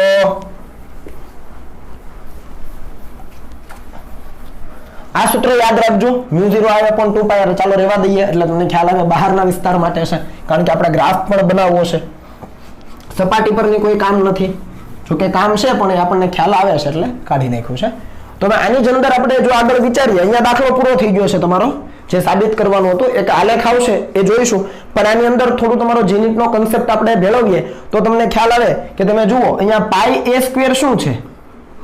πa² છે શું? ક્ષેત્રફળ છે. કોનું? આપેલા તારનું. તો પ્રવાહના છેદમાં ક્ષેત્રફળ, ચેપ્ટર નંબર 3 યાદ આવે છે? વિદ્યુત પ્રવાહ ઘનતા J બરાબર I/A એટલે ક્ષેત્રફળ. ખ્યાલ આવે છે? તો I તારમાં વહેતો પ્રવાહ છે અને એનું ક્ષેત્રફળ, તો પ્રવાહ ઘનતા મળી જાય તો આપણે અહીંયા લખી શકીએ. ચાલો આને નંબર 2 કહી દઈએ. તો આપણે લખી શકીએ કે પરંતુ J I/A. અહીંયા I/A એટલે તારના આડછેદનું ક્ષેત્રફળ. πa² થાય, ત્રિજ્યા a છે તાર માટે, તો πa² હોવાથી સમીકરણ 2 પરથી શું લખાય વિચારો? તો સમીકરણ 2 પરથી કંઈક આવું લખાય, b = μ0 એટલે કે હાફ પેલા બાર કાઢી લઉં છું, આ 1/2 છે ને લઈ લઈએ છે, i ના છેદમાં πa² એટલે શું થઈ ગયું? j. તો અહીંયા લખાય μ0 તો આ સૂત્ર પણ અગત્યનું છે, સીધી વસ્તુ છે. હાફ બાર આવી ગયા, μ0 પણ છે, I/πa² એને તમે જે લખી દીધો, સિમ્પલ છે. તો આ રીતે પણ તમે લખી શકો. આની દિશા ક્યાં હોય તો આપણને ખબર છે, દરેક બિંદુ પાસે સ્પર્શકની દિશામાં જે આપણે જનરલી મેળવીએ છીએ એ જ રીતે. જો આને સદિશ સ્વરૂપમાં લખવું હોય તો આપણે આ રીતે લખી શકીએ, સદિશ સ્વરૂપે લખવું હોય ને તો સદિશ b = 1/2 μ0 J સદિશ ક્રોસ r સદિશ, આ રીતે લખવું પડે. હવે તમને ખબર છે કે સદિશ ગુણાકાર હોય તો બે રીતે થાય, ક્યાં તો r ક્રોસ j લખાય અથવા j ક્રોસ r લખાય. તો મેં અહીંયા j ક્રોસ r લખ્યું છે સીધું. તમે આને વેરીફાઈ કરી શકો. b ની દિશા ક્યાં હોય? j અને r વડે બનતા સમતલને લંબ રૂપે, અથવા જેની દિશામાં આંગળીઓ r તરફ ઘુમાવો એટલે અંગૂઠો તમને b ની દિશા આપે. તો અહીંયા એ વસ્તુ સમજીએ તો તમને એમ થાય જેની દિશા ક્યાં હોય તો i ની દિશામાં જ જેની દિશા હોય ભાઈ. જે સદિશની દિશા છે i ની દિશામાં જોઈએ. હવે તમે વિચારો, આ બિંદુ પાસે ચુંબકીય ક્ષેત્ર શોધવું હતું ને, બહારનું બિંદુ, તો જે ક્યાં છે? ઉપર તરફ. i ક્યાં છે? સોરી, r ક્યાં છે? આ બાજુ.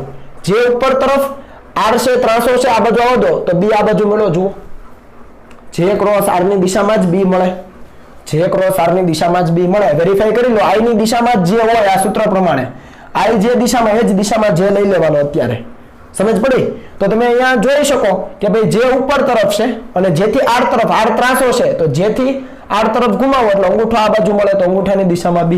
તો આ સૂત્ર પણ તમારા માટે અગત્યનું બને, એટલે આને ખાસ ભૂલવાનું નથી. ખ્યાલ આવે છે? ઓકે. તો આ વાત થઈ વિદ્યુત પ્રવાહ ઘનતાના સંદર્ભમાં. ઓકે, હવે આપણે આલેખ બનાવીએ.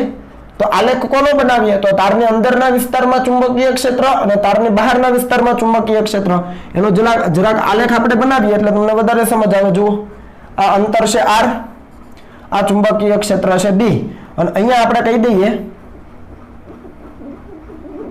અહીંયા આ તાર છે એની સપાટી એટલે આ 0 થી માંડીને એની ત્રિજ્યા a. 0 એટલે આ જે વચ્ચેનો ભાગ છે ત્યાંથી, બરાબર છે? આ વચ્ચેનો જે ભાગ છે ત્યાંથી આ a, બરાબર? તો અને આપણે શૂન્ય કહીએ તો આ એ થાય, કેમ કે ત્રિજ્યા એ છે તો 0 થી a, તો આ એ ભાગ દર્શાવ્યો છે. એટલે 0 થી a અંદરના વિસ્તારમાં તમે ચુંબકીય ક્ષેત્ર જુઓ તો જરા અંદરના વિસ્તારમાં b proportional to r, બાકી બધું અચળ છે, પ્રવાહ અચળ છે, a અચળ છે, ત્રિજ્યા અચળ છે તારની, તો b proportional to r, r વધે ને b વધે સુરેખ રીતે. તો અંદરના વિસ્તારમાં તમારો આલેખ કંઈક આવો થઈ જાય. થોડો સુરેખ બનાવજો ભાઈ, આવો સુરેખા થઈ જાય. b proportional to r. Exact તમે સપાટી ઉપર આવો એટલે ચુંબકીય ક્ષેત્ર કેટલું થઈ જાય? સપાટી ઉપર small r is equal to small a, તો μ0 I upon 2 pi a. ખબર પડી ને? 0 થી a સુધી b proportional to r એટલે સમપ્રમાણમાં r વધે એમ b પણ વધે સુરેખ રીતે. જેવા સપાટી ઉપર આવો એટલે કે આ a ત્રિજ્યાએ આવી જાવ તો સપાટી ઉપર કેવું હતું? મહત્તમ હતો. અહીંયા મેં લખ્યું હતું ને સૂત્ર, તો r ની જગ્યાએ સ્મોલ a, તો μ0 I upon 2 pi a, આ તમને b મેક્સિમમ મળી જાય. અને પછી બહારના વિસ્તારમાં b proportional to 1 upon r, એટલે બહારના વિસ્તારમાં ચુંબકીય ક્ષેત્ર કંઈક આ રીતે બદલાય, b proportional to 1 upon r. આ અંદર બરાબર છે અને આ બહાર, અને ધીસ ઇઝ સપાટી, તો અહીંયા લખી દઈએ સપાટી પર. ક્લિયર થાય છે? એટલે અંદર છે સમપ્રમાણમાં, બહાર છે r ના વ્યસ્ત પ્રમાણમાં, અને સપાટી ઉપર એ મહત્તમ હોય. તો આ આલેખ તમારે બનાવવાનો થાય. બોર્ડની પરીક્ષામાં તમને પૂછાય તો બહારનું બિંદુ, અહીંયા અંદરનું બિંદુ અહીંયા સુધી કરીને સીધો ગ્રાફ બનાવી શકો, પણ તમારી કોમ્પિટિટિવ એક્ઝામ માટે આ એક્સ્ટ્રા એટલા સૂત્રો યાદ રાખવા પડે અને ઈઝી છે. બરાબર? સીધો કન્સેપ્ટ જ લગાવવાનો છે I by a નો, એટલે જે મળી જાય. ઓકે, તો ચાલો હવે આને કોપી કરી લો. ચાલો ત્યાર પછી આગળ વધીએ. તો ત્યાર પછીનો આપણો ટોપિક છે સોલેનોઇડ. ખરેખર આપણે બે ટોપિક ભણવાના છીએ, સોલેનોઇડ અને ટોરોઇડ. બરાબર? તો આ બંનેની અંદર આપણે એમ્પિયરના સર્કિટલ નિયમનો ઉપયોગ કરીશું અને આપેલા બિંદુ પાસે ચુંબકીય ક્ષેત્ર શોધીશું. ખરેખર આપણે સોલેનોઇડ અને ટોરોઇડની અંદરના વિસ્તારમાં ચુંબકીય ક્ષેત્ર શોધવાનો પ્રયાસ કરીશું, કારણ કે એની બહારના વિસ્તારમાં ચુંબકીય ક્ષેત્ર શૂન્ય હોય છે. કઈ રીતે એ આપણે સમજીએ. તો શરૂઆત કરીએ આપણે સોલેનોઇડથી. તો સોલેનોઇડ ખરેખર છે શું? તો સોલેનોઇડની મેં અહીંયા વ્યાખ્યા આપી છે કે પાસે વીંટાળેલા પરંતુ અલગ કરેલા વાહક તારના હેલિકલ આકારના નળાકાર ગૂંચળાને સોલેનોઇડ કહેવામાં આવે છે. જસ્ટ લાઈક સ્પ્રિંગ, આપણી જે સ્પ્રિંગ હોય છે સાદી, એ સ્પ્રિંગ તમે જોઈ લો, ગૂંચળું કેવું હોય છે? હેલિકલ આકારનું હોય છે ને. બધા જ જે એક પછી એક તાર છે, ભલે એક સિંગલ તાર છે, પણ તમે એક એક તારને જુઓ તો તમને એમ થાય કે એક એક તારને અલગ કરેલો છે. અહીંયા કીધું છે અલગ કરેલા, એનો મતલબ કે એના ઉપર કોઈ આવરણ ચડાવવાનું છે, જેથી કરીને જ્યારે તારની અંદર પ્રવાહ પસાર કરવામાં આવે ત્યારે બંને તારના કોન્ટેક્ટના લીધે પ્રવાહનું મિસમેચ ન થાય. બરાબર છે? પ્રવાહ છે એક ધારો કોઈ એક દિશામાં આપણે વહન કરાવી શકીએ, એટલા માટે અલગ કરેલા. ખરેખર અલગ અલગ ટુકડો નથી લેવાનો તારનો, એ એક સિંગલ તાર જ છે, એને હેલિકલ આકારમાં વાળેલો છે. મેં કીધું એમ કોઈ સ્પ્રિંગ તમે જોઈ લો, સ્પ્રિંગ કઈ રીતે હોય છે? એને અલગ કરેલા વાહક તારનું તંત્ર જ કહેવાય. ખ્યાલ આવો? એની ઉપર છે ઇન્સ્યુલેશન તમે કરી દો, એના ઉપર કોઈ અવાહક પડ ચડાવી દો, એટલે એક પ્રકારની સોલેનોઇડની રચના જ ગણાય છે. એટલે પાસે વીંટાળેલા પરંતુ અલગ કરેલા વાહક તારના હેલિકલ આકારના નળાકાર ગૂંચળાને સોલેનોઇડ કહેવામાં આવે છે. હવે આ સોલેનોઇડ બે પ્રકારના હોય છે મિત્રો. એક હોય છે લાંબો સોલેનોઇડ, બીજો હોય છે ટૂંકો સોલેનોઇડ. લાંબો સોલેનોઇડ કોને કહેવાય? તો કે સોલેનોઇડની લંબાઈ છે એના વ્યાસની સરખામણીએ ખૂબ મોટી હોય તો એને કહેવાય લાંબો સોલેનોઇડ. અને ટૂંકો સોલેનોઇડ કોને કહેવાય? તો કે સોલેનોઇડની જે લંબાઈ છે એ એના વ્યાસની સરખામણીએ ખૂબ ઓછી હોય તો એને કહેવાય ટૂંકો સોલેનોઇડ. ખ્યાલ આવે છે? તો આ બે પ્રકારના સોલેનોઇડ, લંબાઈ વધારે છે વ્યાસની સરખામણીએ તો લાંબો સોલેનોઇડ, અને લંબાઈ ઓછી છે વ્યાસની સરખામણીએ તો ટૂંકો સોલેનોઇડ. હવે એ સોલેનોઇડ હોય છે કઈ રીતે એ હું તમને સમજાવું. સપોઝ આ બોલ પેન છે, એના ઉપર આપણે તારનું એક સીધો તાર છે, એને આપણે અહીંયા આની ઉપર વીંટાળતા જઈએ અને પછી બોલ પેનને કાઢી લઈએ તો આખું ગૂંચળું તૈયાર થયું, એ થઈ ગયું સોલેનોઇડ. સિમ્પલ છે. તો એમ રચના અહીંયા આપેલી છે, તમે અહીંયા જોઈ શકો. અહીંયા મેં ડોટ કરેલા છે, લગભગ તમને બધું સરખું લાગશે, પણ અહીંયા બ્લેક પેનથી હું તમને સમજાવવા પ્રયત્ન કરીશ. તો અહીંયા મેં ડોટ કરેલા છે. આ ડોટનો મતલબ શું? આ વાહક તાર દર્શાવે છે જેની અંદર વહેતો પ્રવાહ છે એ બહારની દિશામાં છે. ક્યાં તરફ? બહાર તરફ. આ વાત કરેલી છે. ડોટનો મતલબ બહાર તરફ પ્રવાહ છે. અને અહીંયા ક્રોસ માર્ક કરેલા છે. આ ક્રોસ માર્કનો મતલબ શું? તો કે પ્રવાહ ક્યાં જાય છે? અંદર તરફ. કારણ કે આખું ગૂંચળું છે એમાંથી એક નાનકડો એવો મેં વિસ્તાર દર્શાવેલો છે. અહીંયા મેં 5 તાર દર્શાવેલા છે. અહીંયા એક તાર, બીજો, ત્રીજો, ચોથો અને પાંચમો અહીંયાથી. બરાબર? આ રીતે તાર પસાર થાય છે. અહીંયા જુઓ આ લાઈન તમે જોઈ રહ્યા છો, બરાબર છે, વાહક તાર દર્શાવેલા છે. તો પ્રવાહ કઈ રીતે પસાર થાય છે? અહીંયાથી બહાર આવે અને અહીંયાથી દાખલ થાય એટલે પ્રવાહ આમ વહી રહ્યો છે. અહીંયાથી બહાર આવે આમાં દાખલ થાય, અહીંયાથી બહાર આવે આમાં દાખલ થાય એટલે પ્રવાહ આમ વહી રહ્યો છે. તો ચુંબકીય ક્ષેત્ર કઈ રીતે હશે? આંગળા આમ વાળો, અંગૂઠો ચુંબકીય ક્ષેત્રની દિશા આપે એટલે ચુંબકીય ક્ષેત્ર જમણી બાજુ હશે. સમજ પડી? આ તાર છે એમાંથી પ્રવાહ બહાર આવે ને અહીંયાથી અંદર દાખલ થાય. તો તાર તો ગૂંચળું જ છે ને આખું સિમ્પલ. તો અહીંયાથી બહાર નીકળો આ રીતે આમ આગળ જાય છે. રેડી? તો બહાર નીકળે છે ત્યાંથી આંગળા એ દિશામાં વાળો આ રીતે, અહીંયાથી બહાર નીકળે નીચે દાખલ થાય. તો અંગૂઠો ક્યાં આવે? જમણી તરફ. તો ચુંબકીય ક્ષેત્ર જમણી તરફ છે. આ એક વસ્તુ ક્લિયર. બીજી બાબત, દરેક તાર છે, દરેક તાર એની આજુબાજુ ચુંબકીય ક્ષેત્ર કઈ રીતે હોય? વિચારો, તાર છે, ચુંબકીય ક્ષેત્ર બહાર આવતું હોય તો ચુંબકીય ક્ષેત્ર બહાર આવતું હોય તો અંગૂઠો એ તરફ, સોરી પ્રવાહ બહાર આવે છે તો અંગૂઠો એ તરફ. તો ચુંબકીય ક્ષેત્ર રેખાઓ કઈ રીતે? વર્તુળાકાર હોય આ રીતે. જુઓ છે, બહાર આવતો હોય, પ્રવાહ બહાર આવતો હોય તો પ્રવાહની દિશામાં અંગૂઠો, આંગળીઓ કોની દિશા આપે? ચુંબકીય ક્ષેત્રની. તો જુઓ દરેક પાસે ચુંબકીય ક્ષેત્ર રેખાઓ અલગ અલગ તારની દર્શાવી. એવી રીતે નીચેના બિંદુએ વિચારો, પ્રવાહ ક્યાં જાય છે? અંદર. તો પ્રવાહ અંદર તો અંગૂઠો અંદર, આંગળાઓ આ રીતે. તો આ રીતે જુઓ છે બધી જ જગ્યાએ. હવે તમે જુઓ આ એક તાર અને બીજો તાર જુઓ, એકના કારણે ચુંબકીય ક્ષેત્ર આ બિંદુ અહીંયા અને બીજાના કારણે ચુંબકીય ક્ષેત્ર અહીંયા. તો આ બંને પરસ્પર કેવા થાય? નાબૂદ થાય. આ તો મેં તાર અલગ અલગ દર્શાવ્યા છે. આપણે તો તાર કેવા લીધેલા છે? ખૂબ પાસે વીંટાળેલા. એટલે એકનું જે ચુંબકીય ક્ષેત્ર છે અને બીજાનું ચુંબકીય ક્ષેત્ર નજીક નજીક કેવું થાય? કેન્સલ. અહીંયા પણ કેન્સલ, અહીંયા પણ કેન્સલ, અહીંયા પણ. એવી રીતે નીચે વિચારો. જુઓ અહીંયા નીચે એરો જાય અને બીજાના કારણે ઉપર એરો જાય. સમજ આવે છે? તો અહીંયા પણ કેન્સલ, અહીંયા પણ કેન્સલ, અહીંયા પણ કેન્સલ, અહીંયા પણ કેન્સલ.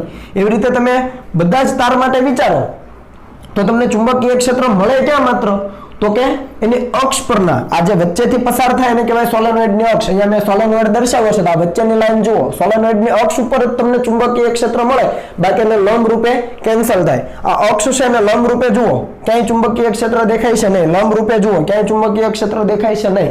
એને સમાંતર જુઓ, અક્ષને સમાંતર જુઓ.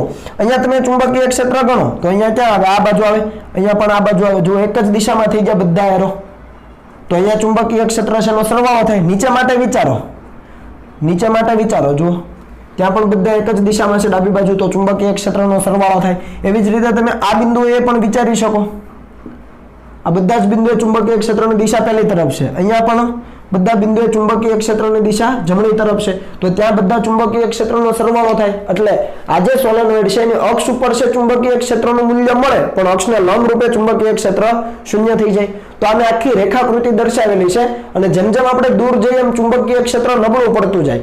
આ જે વચ્ચેનો વિસ્તાર છે ને એને અંદરનો ભાગ કહેવાય અને એની બહારનો જે વિસ્તાર છે, આ તાર છે એની બહારનો વિસ્તાર, સોલેનોઇડની બહારનો વિસ્તાર કહેવાય અને અંદરનો વિસ્તાર કહેવાય. આ બે તારની વચ્ચેનો જે વિસ્તાર એને સોલેનોઇડનો અંદરનો વિસ્તાર કહેવાય. સિમ્પલ. તો અંદરના વિસ્તારમાં તમે ચુંબકીય ક્ષેત્ર રેખાઓ ઘણી બધી હોય, એમાંથી જો અહીંયાથી નીકળીને આમ દાખલ થઈને આવતી હોય ને એવી રીતે અહીંયાથી પણ જાય અને આ બાજુ બહાર નીકળે. એટલે મેં અમુક ભાગ દર્શાવેલો છે. અંદરના વિસ્તારમાં ચુંબકીય ક્ષેત્ર લગભગ એક સમાન હોય એ મેં લખ્યું છે અહીંયા. સોલેનોઇડની અંદરના વિસ્તારમાં ચુંબકીય ક્ષેત્ર એક સમાન હોય છે. જેવી રીતે આપણે કેપેસિટરની બે પ્લેટ વચ્ચે લેતા હતા, યાદ આવે છે? કેપેસિટરની બે પ્લેટ વચ્ચે વિદ્યુત ક્ષેત્ર એક સમાન લેતા હતા. રેડી? એવી જ રીતે અહીંયા સોલેનોઇડની અંદરના વિસ્તારમાં ચુંબકીય ક્ષેત્ર એક સમાન હોય અને બહારના વિસ્તારમાં એ નહિવત પ્રમાણમાં હોય. તમે જુઓ અંદરનું બિંદુ P લીધું ત્યાં લગભગ ચુંબકીય ક્ષેત્ર એક સમાન છે, પણ બહારનું બિંદુ Q લીધું છે સોલેનોઇડની બહાર, ત્યાં ચુંબકીય ક્ષેત્ર રેખાઓ માંડ થોડી થોડી છે, જૂજ પ્રમાણમાં અને ઓછા પ્રમાણમાં. એટલે ચુંબકીય ક્ષેત્ર ત્યાં નહિવત હોય છે, જેને આપણે લગભગ શૂન્ય કહી શકીએ. તો આ કન્સેપ્ટ ખબર પડી ગઈ. હજુ એક બાબત સમજીએ કે આ સોલેનોઇડની અંદર તારમાંથી પ્રવાહ અહીંયાથી બહાર નીકળે, અહીંયાથી દાખલ થાય એટલે આંગળીઓ આ રીતે કરીએ તો ચુંબકીય ક્ષેત્રની દિશા આ રીતે મળી. પણ આમાંથી કયો છેડો S ધ્રુવ તરીકે એટલે કે દક્ષિણ ધ્રુવ અને કયો છેડો N ધ્રુવ તરીકે એટલે કે ઉત્તર ધ્રુવ તરીકે વર્તે એ પણ જોઈએ. તો પ્રવાહ આ રીતે વહે છે એટલે આંગળીઓ આ રીતે ઘુમાવો. હું ઓબ્ઝર્વેશન આ બાજુથી લઉં છું, આ બાજુથી, ડાબી બાજુથી. તો પ્રવાહ આમ વહે છે, આમ. તો આ રીતે હું ઘુમાવું તો મને આ બાજુ સમઘડી દેખાય. સમઘડી દેખાય એટલે એનો મતલબ આ છેડો સાઉથ થયો.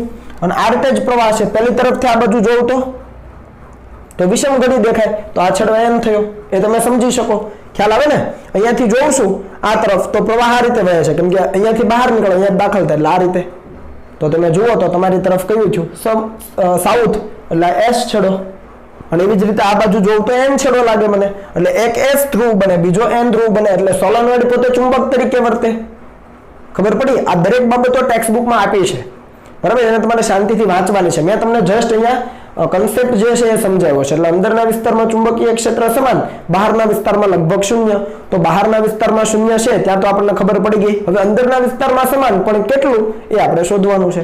તો એના માટે મેં અહીંયા ગણતરી લીધી છે. જુઓ, એ સોલેનોઇડ છે ને અહીંયા દર્શાવ્યો છે. ખરેખર સોલેનોઇડ આખું જે ઓલું ગૂંચળું હોય ને એ ગૂંચળાને વચ્ચેથી એક્ઝેક્ટ વચ્ચેથી કાઢી નાખો એટલે બે ફાડા થઈ જાય.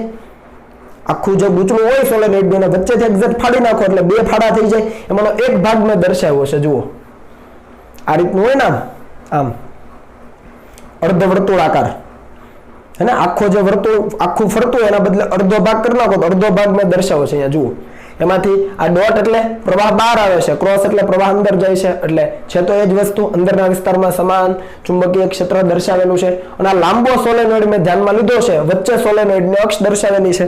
હવે ચુંબકીય ક્ષેત્ર તો સમાન થઈ ગયું. એટલે ચુંબકીય ક્ષેત્ર સમાન થઈ ગયું તો આપણા માટે કામ ઈઝી થઈ ગયું. એમ્પિયરનો સર્કિટલ નિયમ વાપરી શકીએ. કારણ કે જો બી સમાન હોય તો બી નું મૂલ્ય પણ સમાન છે. બી સમાન છે એનો મતલબ શું? એનું મૂલ્ય અને દિશા બંને સમાન. મૂલ્ય પણ સમાન છે ને દિશા ક્યાં છે? જમણી બાજુ. સિમ્પલ છે ભાઈ, વાર્તા પૂરી થઈ. તો એમ્પિયરના સર્કિટલ નિયમનો ઉપયોગ કરી શકીએ આપણે. સ્ટેટમેન્ટ આપણે જાણીએ છીએ. હવે આપણે ડાબી અને જમણી બાજુ અલગ અલગ મેળવીએ. રેડી?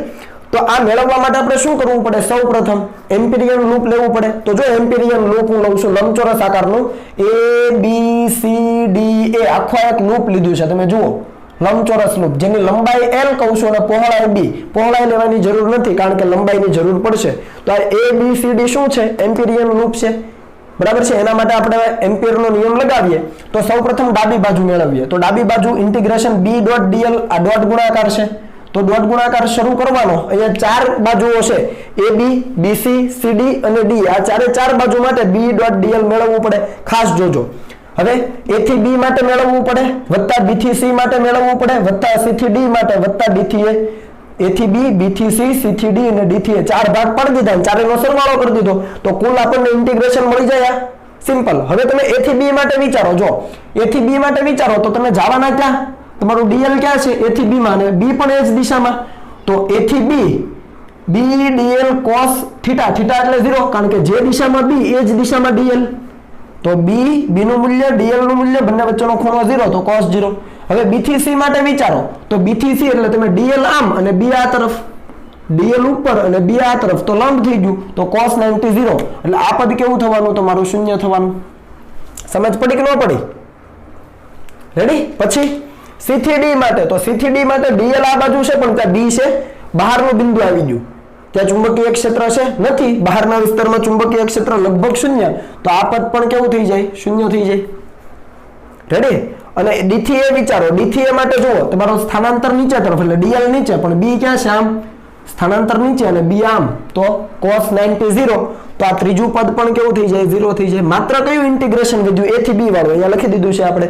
B એ ચલ છે તો બહાર કાઢી શકાય. cos 01 ઇન્ટિગ્રેશન A થી B dl. હવે A થી B કરીએ તો એ કુલ લંબાઈ કેટલી છે? ખાલી L છે. જુઓ, A થી B ની લંબાઈ આપણે કેટલી લીધી? L. તો B * L થઈ ગયું. ડાબી બાજુનું કામ પૂરું થયું. આટલી વસ્તુ સમજ પડી? દરેક નાના નાના ભાગ માટે આપણે B.dl મેળવ્યું. એમાં 3 ભાગ કેન્સલ થઈ જાય છે. બેના માટે B અને dl 90 ડિગ્રી છે, એક માટે B 0 છે. રેડી? તો આ વસ્તુ ક્લિયર થઈ ગઈ છે. હવે જમણી બાજુ મેળવીએ. જમણી બાજુમાં સિગ્મા I મેળવવાનો. આ સિગ્મા I શું છે? એમ્પિરિયન લૂપ વડે ઘેરાતો પ્રવાહ છે. શું છે? એમ્પિરિયન લૂપ વડે ઘેરાતો પ્રવાહ. તો અહીંયા ઘણા બધા આંટાઓ છે, એમાંથી આ લૂપ વડે ઘેરાતા આંટાઓ તો થોડાક જ છે. જુઓ, આંટાઓ તો ઘણા બધા છે ને. લાંબો સોલેનોઇડ લીધો તો ઘણા બધા આંટાઓ હોય. આ લૂપની બહાર ઘણા આંટાઓ છે, પણ આપણે લૂપ વડે જે આંટાઓ ઘેરાય અને એમાંથી જે પ્રવાહ પસાર થાય છે સિગ્મા એ જ લેવાનો છે. સમજ પડી?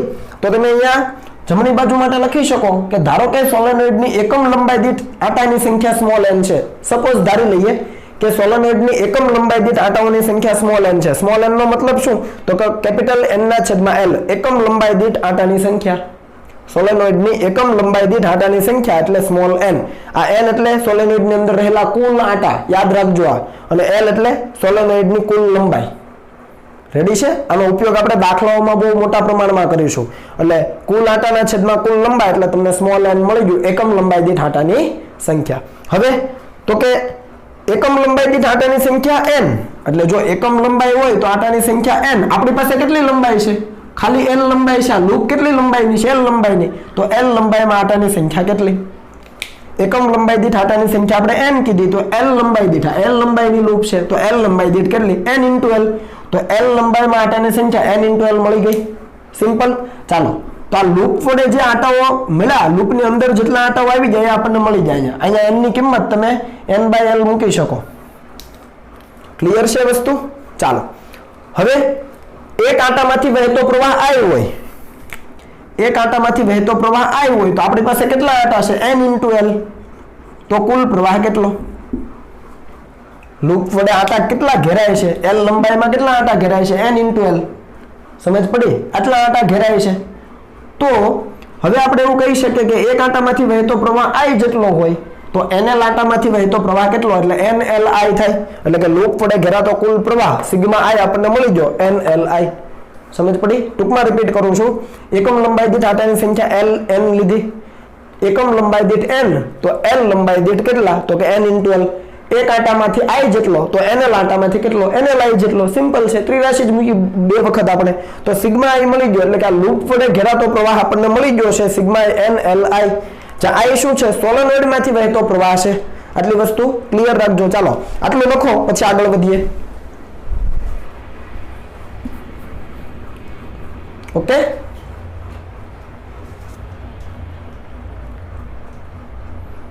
ડન. તો આને હવે ઇરેઝ કરી દઉં છું અને આપણે આગળ વધીએ.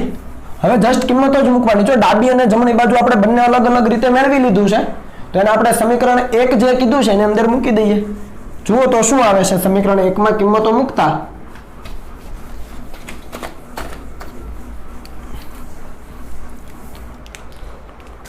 તો અહીંયા સમીકરણ 1 માં કિંમતો મૂકો તો આપણે લખી શકીએ કે સમીકરણ 1 પરથી ડાબી બાજુનો જવાબ શું હતો? b into l. તો અહીંયા b into l is equal to જમણી બાજુ μ0 તો છે જ અને સિગ્મા I એટલે કે લૂપ વડે ઘેરાતો પ્રવાહ આપણે મેળવો છે nli. ખબર પડી કે ન પડી? અહીંયાથી l કેન્સલ, તો b ની કિંમત આપણને મળી જાય μ0 ni. આ મૂલ્ય આપણને મળી ગયું. જ્યાં n કેટલા છે? સ્મોલ n બરાબર કેપિટલ n/l. આ ભૂલી નહીં જતા હો, આ ખૂબ અગત્યનું છે. l છે સોલેનોઇડની કુલ લંબાઈ છે અને n છે સોલેનોઇડની અંદર રહેલા કુલ આટાની સંખ્યા છે. સ્મોલ n એટલે એકમ લંબાઈ દીઠ આટાની સંખ્યા. ભૂલાઈ ન જાય. તો આ સૂત્ર આપણા માટે ખૂબ અગત્યનું છે. મુન્ની બેન, μ0 ni મુન્ની યાદ રાખો, તમને આવડી જાય. હે ને? mu એટલે mu અને ની એટલે ni. તો આ વસ્તુ ક્લિયર છે. ઓકે, તો અંદરના વિસ્તારમાં ચુંબકીય ક્ષેત્ર આટલું મળે. તમે છેડાના બિંદુએ આવો, અહીંયા સોલેનોઇડનો છેડો હોય ત્યાં છેડાના બિંદુએ આવો તો એ એક્સ્ટ્રા છે તમારા માટે કે સોલેનોઇડના છેડા પાસે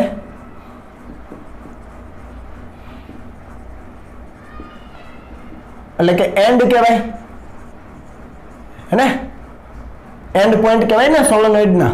તો ત્યાં ચુંબકીય ક્ષેત્ર વચ્ચેના વિભાગ કરતા અડધું હોય, અથવા તમે લખી શકો b આટલું હોય. જુઓ, સોલેનોઇડની અંદર આટલું, પણ છેડા પાસે જાઓ તો અંદર જેટલું હોય ને એના કરતા અડધું, b/2. એટલે કે b કેટલો હતો? તો કે μ0 ni, એનું અડધું હોય. આ સાબિત કરવાની જરૂર નથી, જસ્ટ યાદ રાખવાનું છે.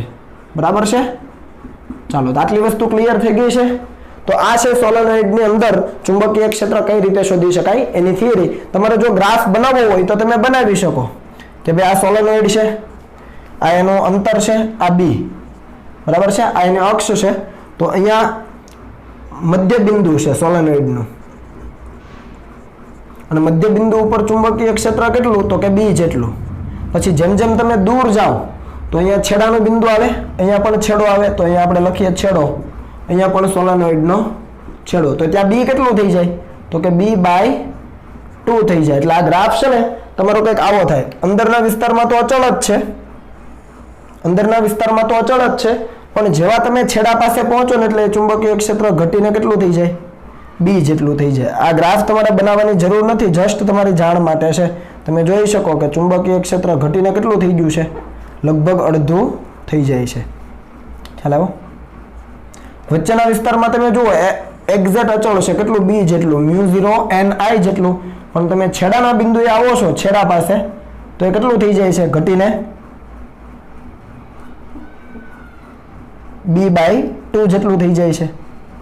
સમજ પડી? તો આ એક ગ્રાફ છે, તમારે યાદ રાખવું હોય તો તમારી જાણ માટે, બરાબર। બોર્ડની પરીક્ષામાં અહીંયા સુધી લખવાનું થાય। ચાલો તો હવે આને કોપી કરી લો, પછી આપણે ટોરોઇડ વિશે ભણીએ। ચાલો ત્યાર પછીની થિયરી જોઈએ તો એનું નામ છે ટોરોઇડ। ટોરોઇડ શું છે? તો આપણે જે સોલેનોઇડ ભણેલા એ સોલેનોઇડને તમે પકડીને બેન્ડ કરી દો, વર્તુળાકાર માર્ગે વાળીને એના બે છેડા જોડી દો તો ગોળાકાર આખી રચના બની જાય, બસ એ જ છે ટોરોઇડ। તો અહીંયા મેં વ્યાખ્યા લખેલી છે કે જો સોલેનોઇડને વર્તુળાકાર વાળીને તેના બંને છેડા જોડી દેવામાં આવે તો બનતી રચનાને ટોરોઇડ કહેવાય। સિમ્પલ।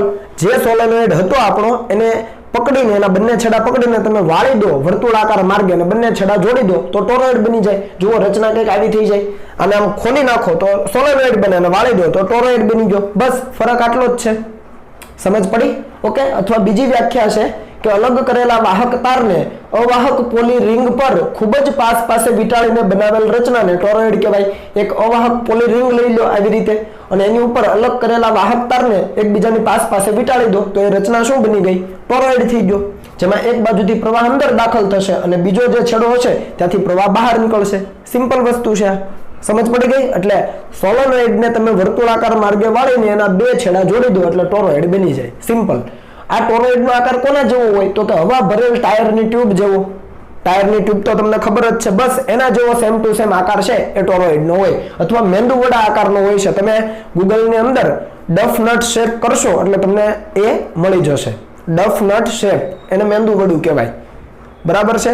તો આવો આકાર છે એ ટોરોઇડનો હોય છે। હવે ટોરોઇડનો આકાર આપણને ખબર પડી ગઈ। આ છે એ બહારની સપાટી છે ટોરોઇડની અને આ છે અંદરની સપાટી છે ટોરોઇડની, બરાબર છે? તો એ વચ્ચેનો જે વિસ્તાર છે ટોરોઇડની અંદરનો વિસ્તાર, ત્યાં ચુંબકીય ક્ષેત્ર એક સમાન હોય છે। એ આપણે મેળવીશું કેટલું? ટોરોઇડની જે વચ્ચેનો વિસ્તાર છે, આ તમે જે લાઇનિંગ ભાગ જોઈ રહ્યા છો ત્યાં ચુંબકીય ક્ષેત્ર કેવું હોય છે? એક સમાન હોય છે। પણ જે ખાલી ભાગ છે, ખાલી ભાગ એટલે આ જે વચ્ચેનો વિસ્તાર ખાલી પડ્યો એ એટલે કે બખોલ જેને આપણે કહી શકીએ, અને જે બહારનો વિસ્તાર છે ત્યાં એટલે કે P અને Q બિંદુ પાસે ચુંબકીય ક્ષેત્ર સહેજ પણ હોતું નથી। આવું આદર્શ ટોરોઇડમાં પોસિબલ છે। જો ટોરોઇડ આદર્શ હોય તો અંદરના વિસ્તારમાં ચુંબકીય ક્ષેત્ર એક સમાન મળે અને જે ખાલી અવકાશ પડેલો છે P અને Q પાસે ત્યાં ચુંબકીય ક્ષેત્ર હંમેશા માટે કેવું હોય? શૂન્ય। અહીંયા કોઈ બિંદુ R હોય તો ત્યાં પણ B કેવું હોય? શૂન્ય હોય। રેડી? એટલે આપણા માટે જે ઇન્ટરેસ્ટેડ આપણો ભાગ છે, આપણે જેમાં ઇન્ટરેસ્ટેડ છીએ એ છે અંદરનો વિસ્તાર કે જ્યાં ચુંબકીય ક્ષેત્ર સમાન છે, બાકીમાં તો ચુંબકીય ક્ષેત્ર શૂન્ય છે। આ એક વસ્તુ ક્લિયર થઈ। બીજી વસ્તુ કે અંદરના વિસ્તારમાં ચુંબકીય ક્ષેત્ર છે એ સ્પર્શકની દિશામાં હોય। ખાસ જોજો, એ વસ્તુ અહીંયા સમજાવી છે। તમે જુઓ કે અંદરનો આવી રીતે આપણો સોલેનોઇડ હતો, બરાબર છે?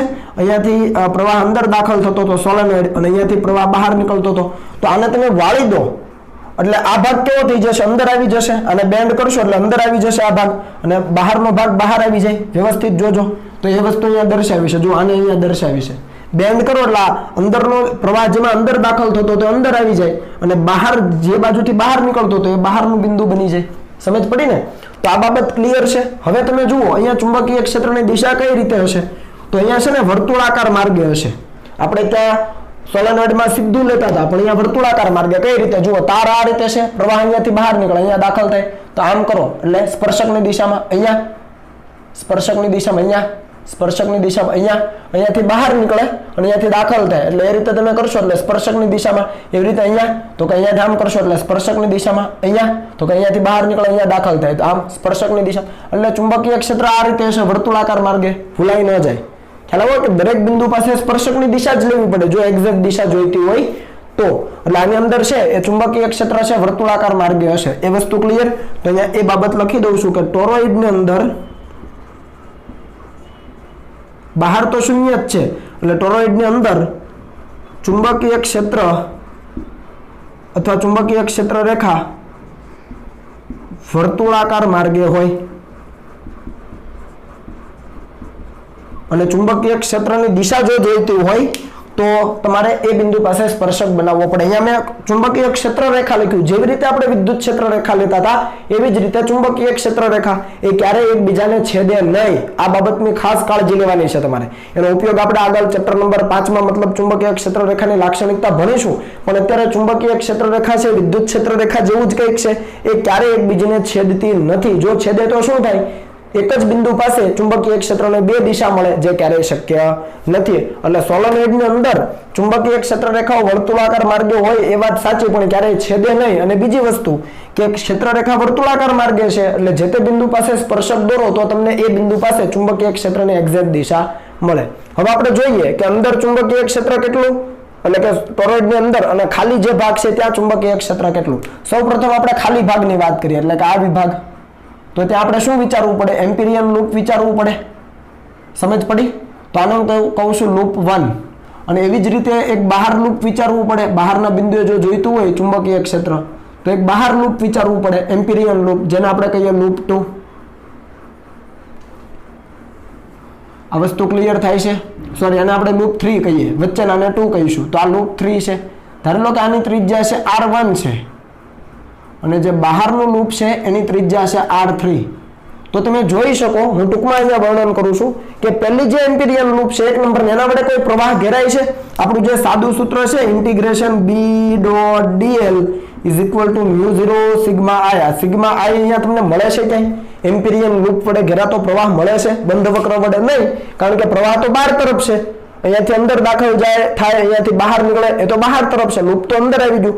લૂપ વડે કોઈ પણ પ્રકારનો પ્રવાહ ઘેરાતો નથી. ભાઈ પ્રવાહ નથી તો B શૂન્ય જ થવાનું, એટલે B શૂન્ય થઈ ગયું. અંદરનો જે ખાલી ભાગ પડ્યો ત્યાં સાબિત કરી શકાય, ટેક્સ્ટ બુકની અંદર આપેલું છે. બરાબર, એ સાબિતી તમારે લેવાની. નંબર 3 માટે જુઓ, બહારનું જે એમ્પિરિયન લૂપ છે એના માટે વિચારો. તો એના માટે પ્રવાહ ઘેરાય છે, પણ ખાસ જોજો જેટલો પ્રવાહ બહાર આવે છે આ લૂપને લંબ રૂપે જેટલો બહાર આવે છે એટલો અંદર દાખલ થાય. હલો ભાઈ, ગુડ મોર્નિંગ. જેટલો પ્રવાહ લંબ રૂપે બહાર નીકળે છે એટલે પોઝિટિવ ગણીએ તો એટલો અંદર દાખલ થાય, તો એને નેગેટિવ કહેવો પડે. જેટલો બહાર નીકળતો પોઝિટિવ છે એટલો અંદર દાખલ થતો નેગેટિવ છે. તો નેટ કેટલો થઈ ગયો? બેઝિક 0. એટલે આના વડે પ્રવાહ ઘેરાય છે પણ નેટ કેટલો થઈ જાય છે? 0. એનું મેં કારણ આપ્યું કે જેટલો બહાર નીકળે છે એટલો જ અંદર દાખલ થાય. તો બહાર નીકળતો ધન તો અંદર દાખલ થતો ઋણ કહેવાય. તો પરિણામી 0 થઈ જાય. એટલે બહારના બિંદુએ પણ ચુંબકીય ક્ષેત્ર, જો પ્રવાહ શૂન્ય તો ચુંબકીય ક્ષેત્ર શૂન્ય, કારણ કે પ્રવાહ હોય તો જ ચુંબકીય ક્ષેત્ર મળે. આ પ્રવાહ છે ચુંબકીય ક્ષેત્રનું ઉદ્ભવ સ્થાન છે ભાઈ. એટલે 1 અને 3 માટે કેમ શૂન્ય ખબર પડી? અંદરના વિસ્તાર, અંદરની લૂપ વડે તો પ્રવાહ ઘેરાતો જ નથી એટલે ચુંબકીય ક્ષેત્ર શૂન્ય. પણ બહારની જે લૂપ છે એના માટે જેટલો પ્રવાહ બહાર આવે છે લૂપની બહાર એટલો લૂપની અંદર દાખલ થાય છે. તો એક બાજુનો ધન તો બીજી બાજુનો ઋણ, બંનેના મૂલ્ય સમાન, દિશા વિરુદ્ધ, તો આ શૂન્ય થઈ ગયું. તો B પણ શૂન્ય. તો હવે આપણા માટે બિંદુ કયું બાકી રહ્યું એ તમારે કરવાનું. એટલે અહીંયા ખાલી અવકાશમાં, એ હું અહીંયા ટૂંકમાં લખું છું, તમે ટેક્સ્ટ બુકમાંથી લખજો. ખાલી અવકાશમાં B સદિશ = 0. એમ કઈ રીતે? એ પાઠ્યપુસ્તકમાં તમારે જોવાનું છે, અથવા તમારું જે પણ રેફરન્સ બુક હોય એમાં જોવાનું છે. હવે ટોરોઇડની અંદર હું તમને શીખવું છું. તો ટોરોઇડની અંદરના વિસ્તારમાં પણ ચુંબકીય ક્ષેત્ર જોઈતું હોય તો આપણે શું કરવું પડે? તો કે એમ્પિરિયન લૂપ લેવું પડે. તો ધારી લો કે હું અહીંયા લૂપ લઉં છું.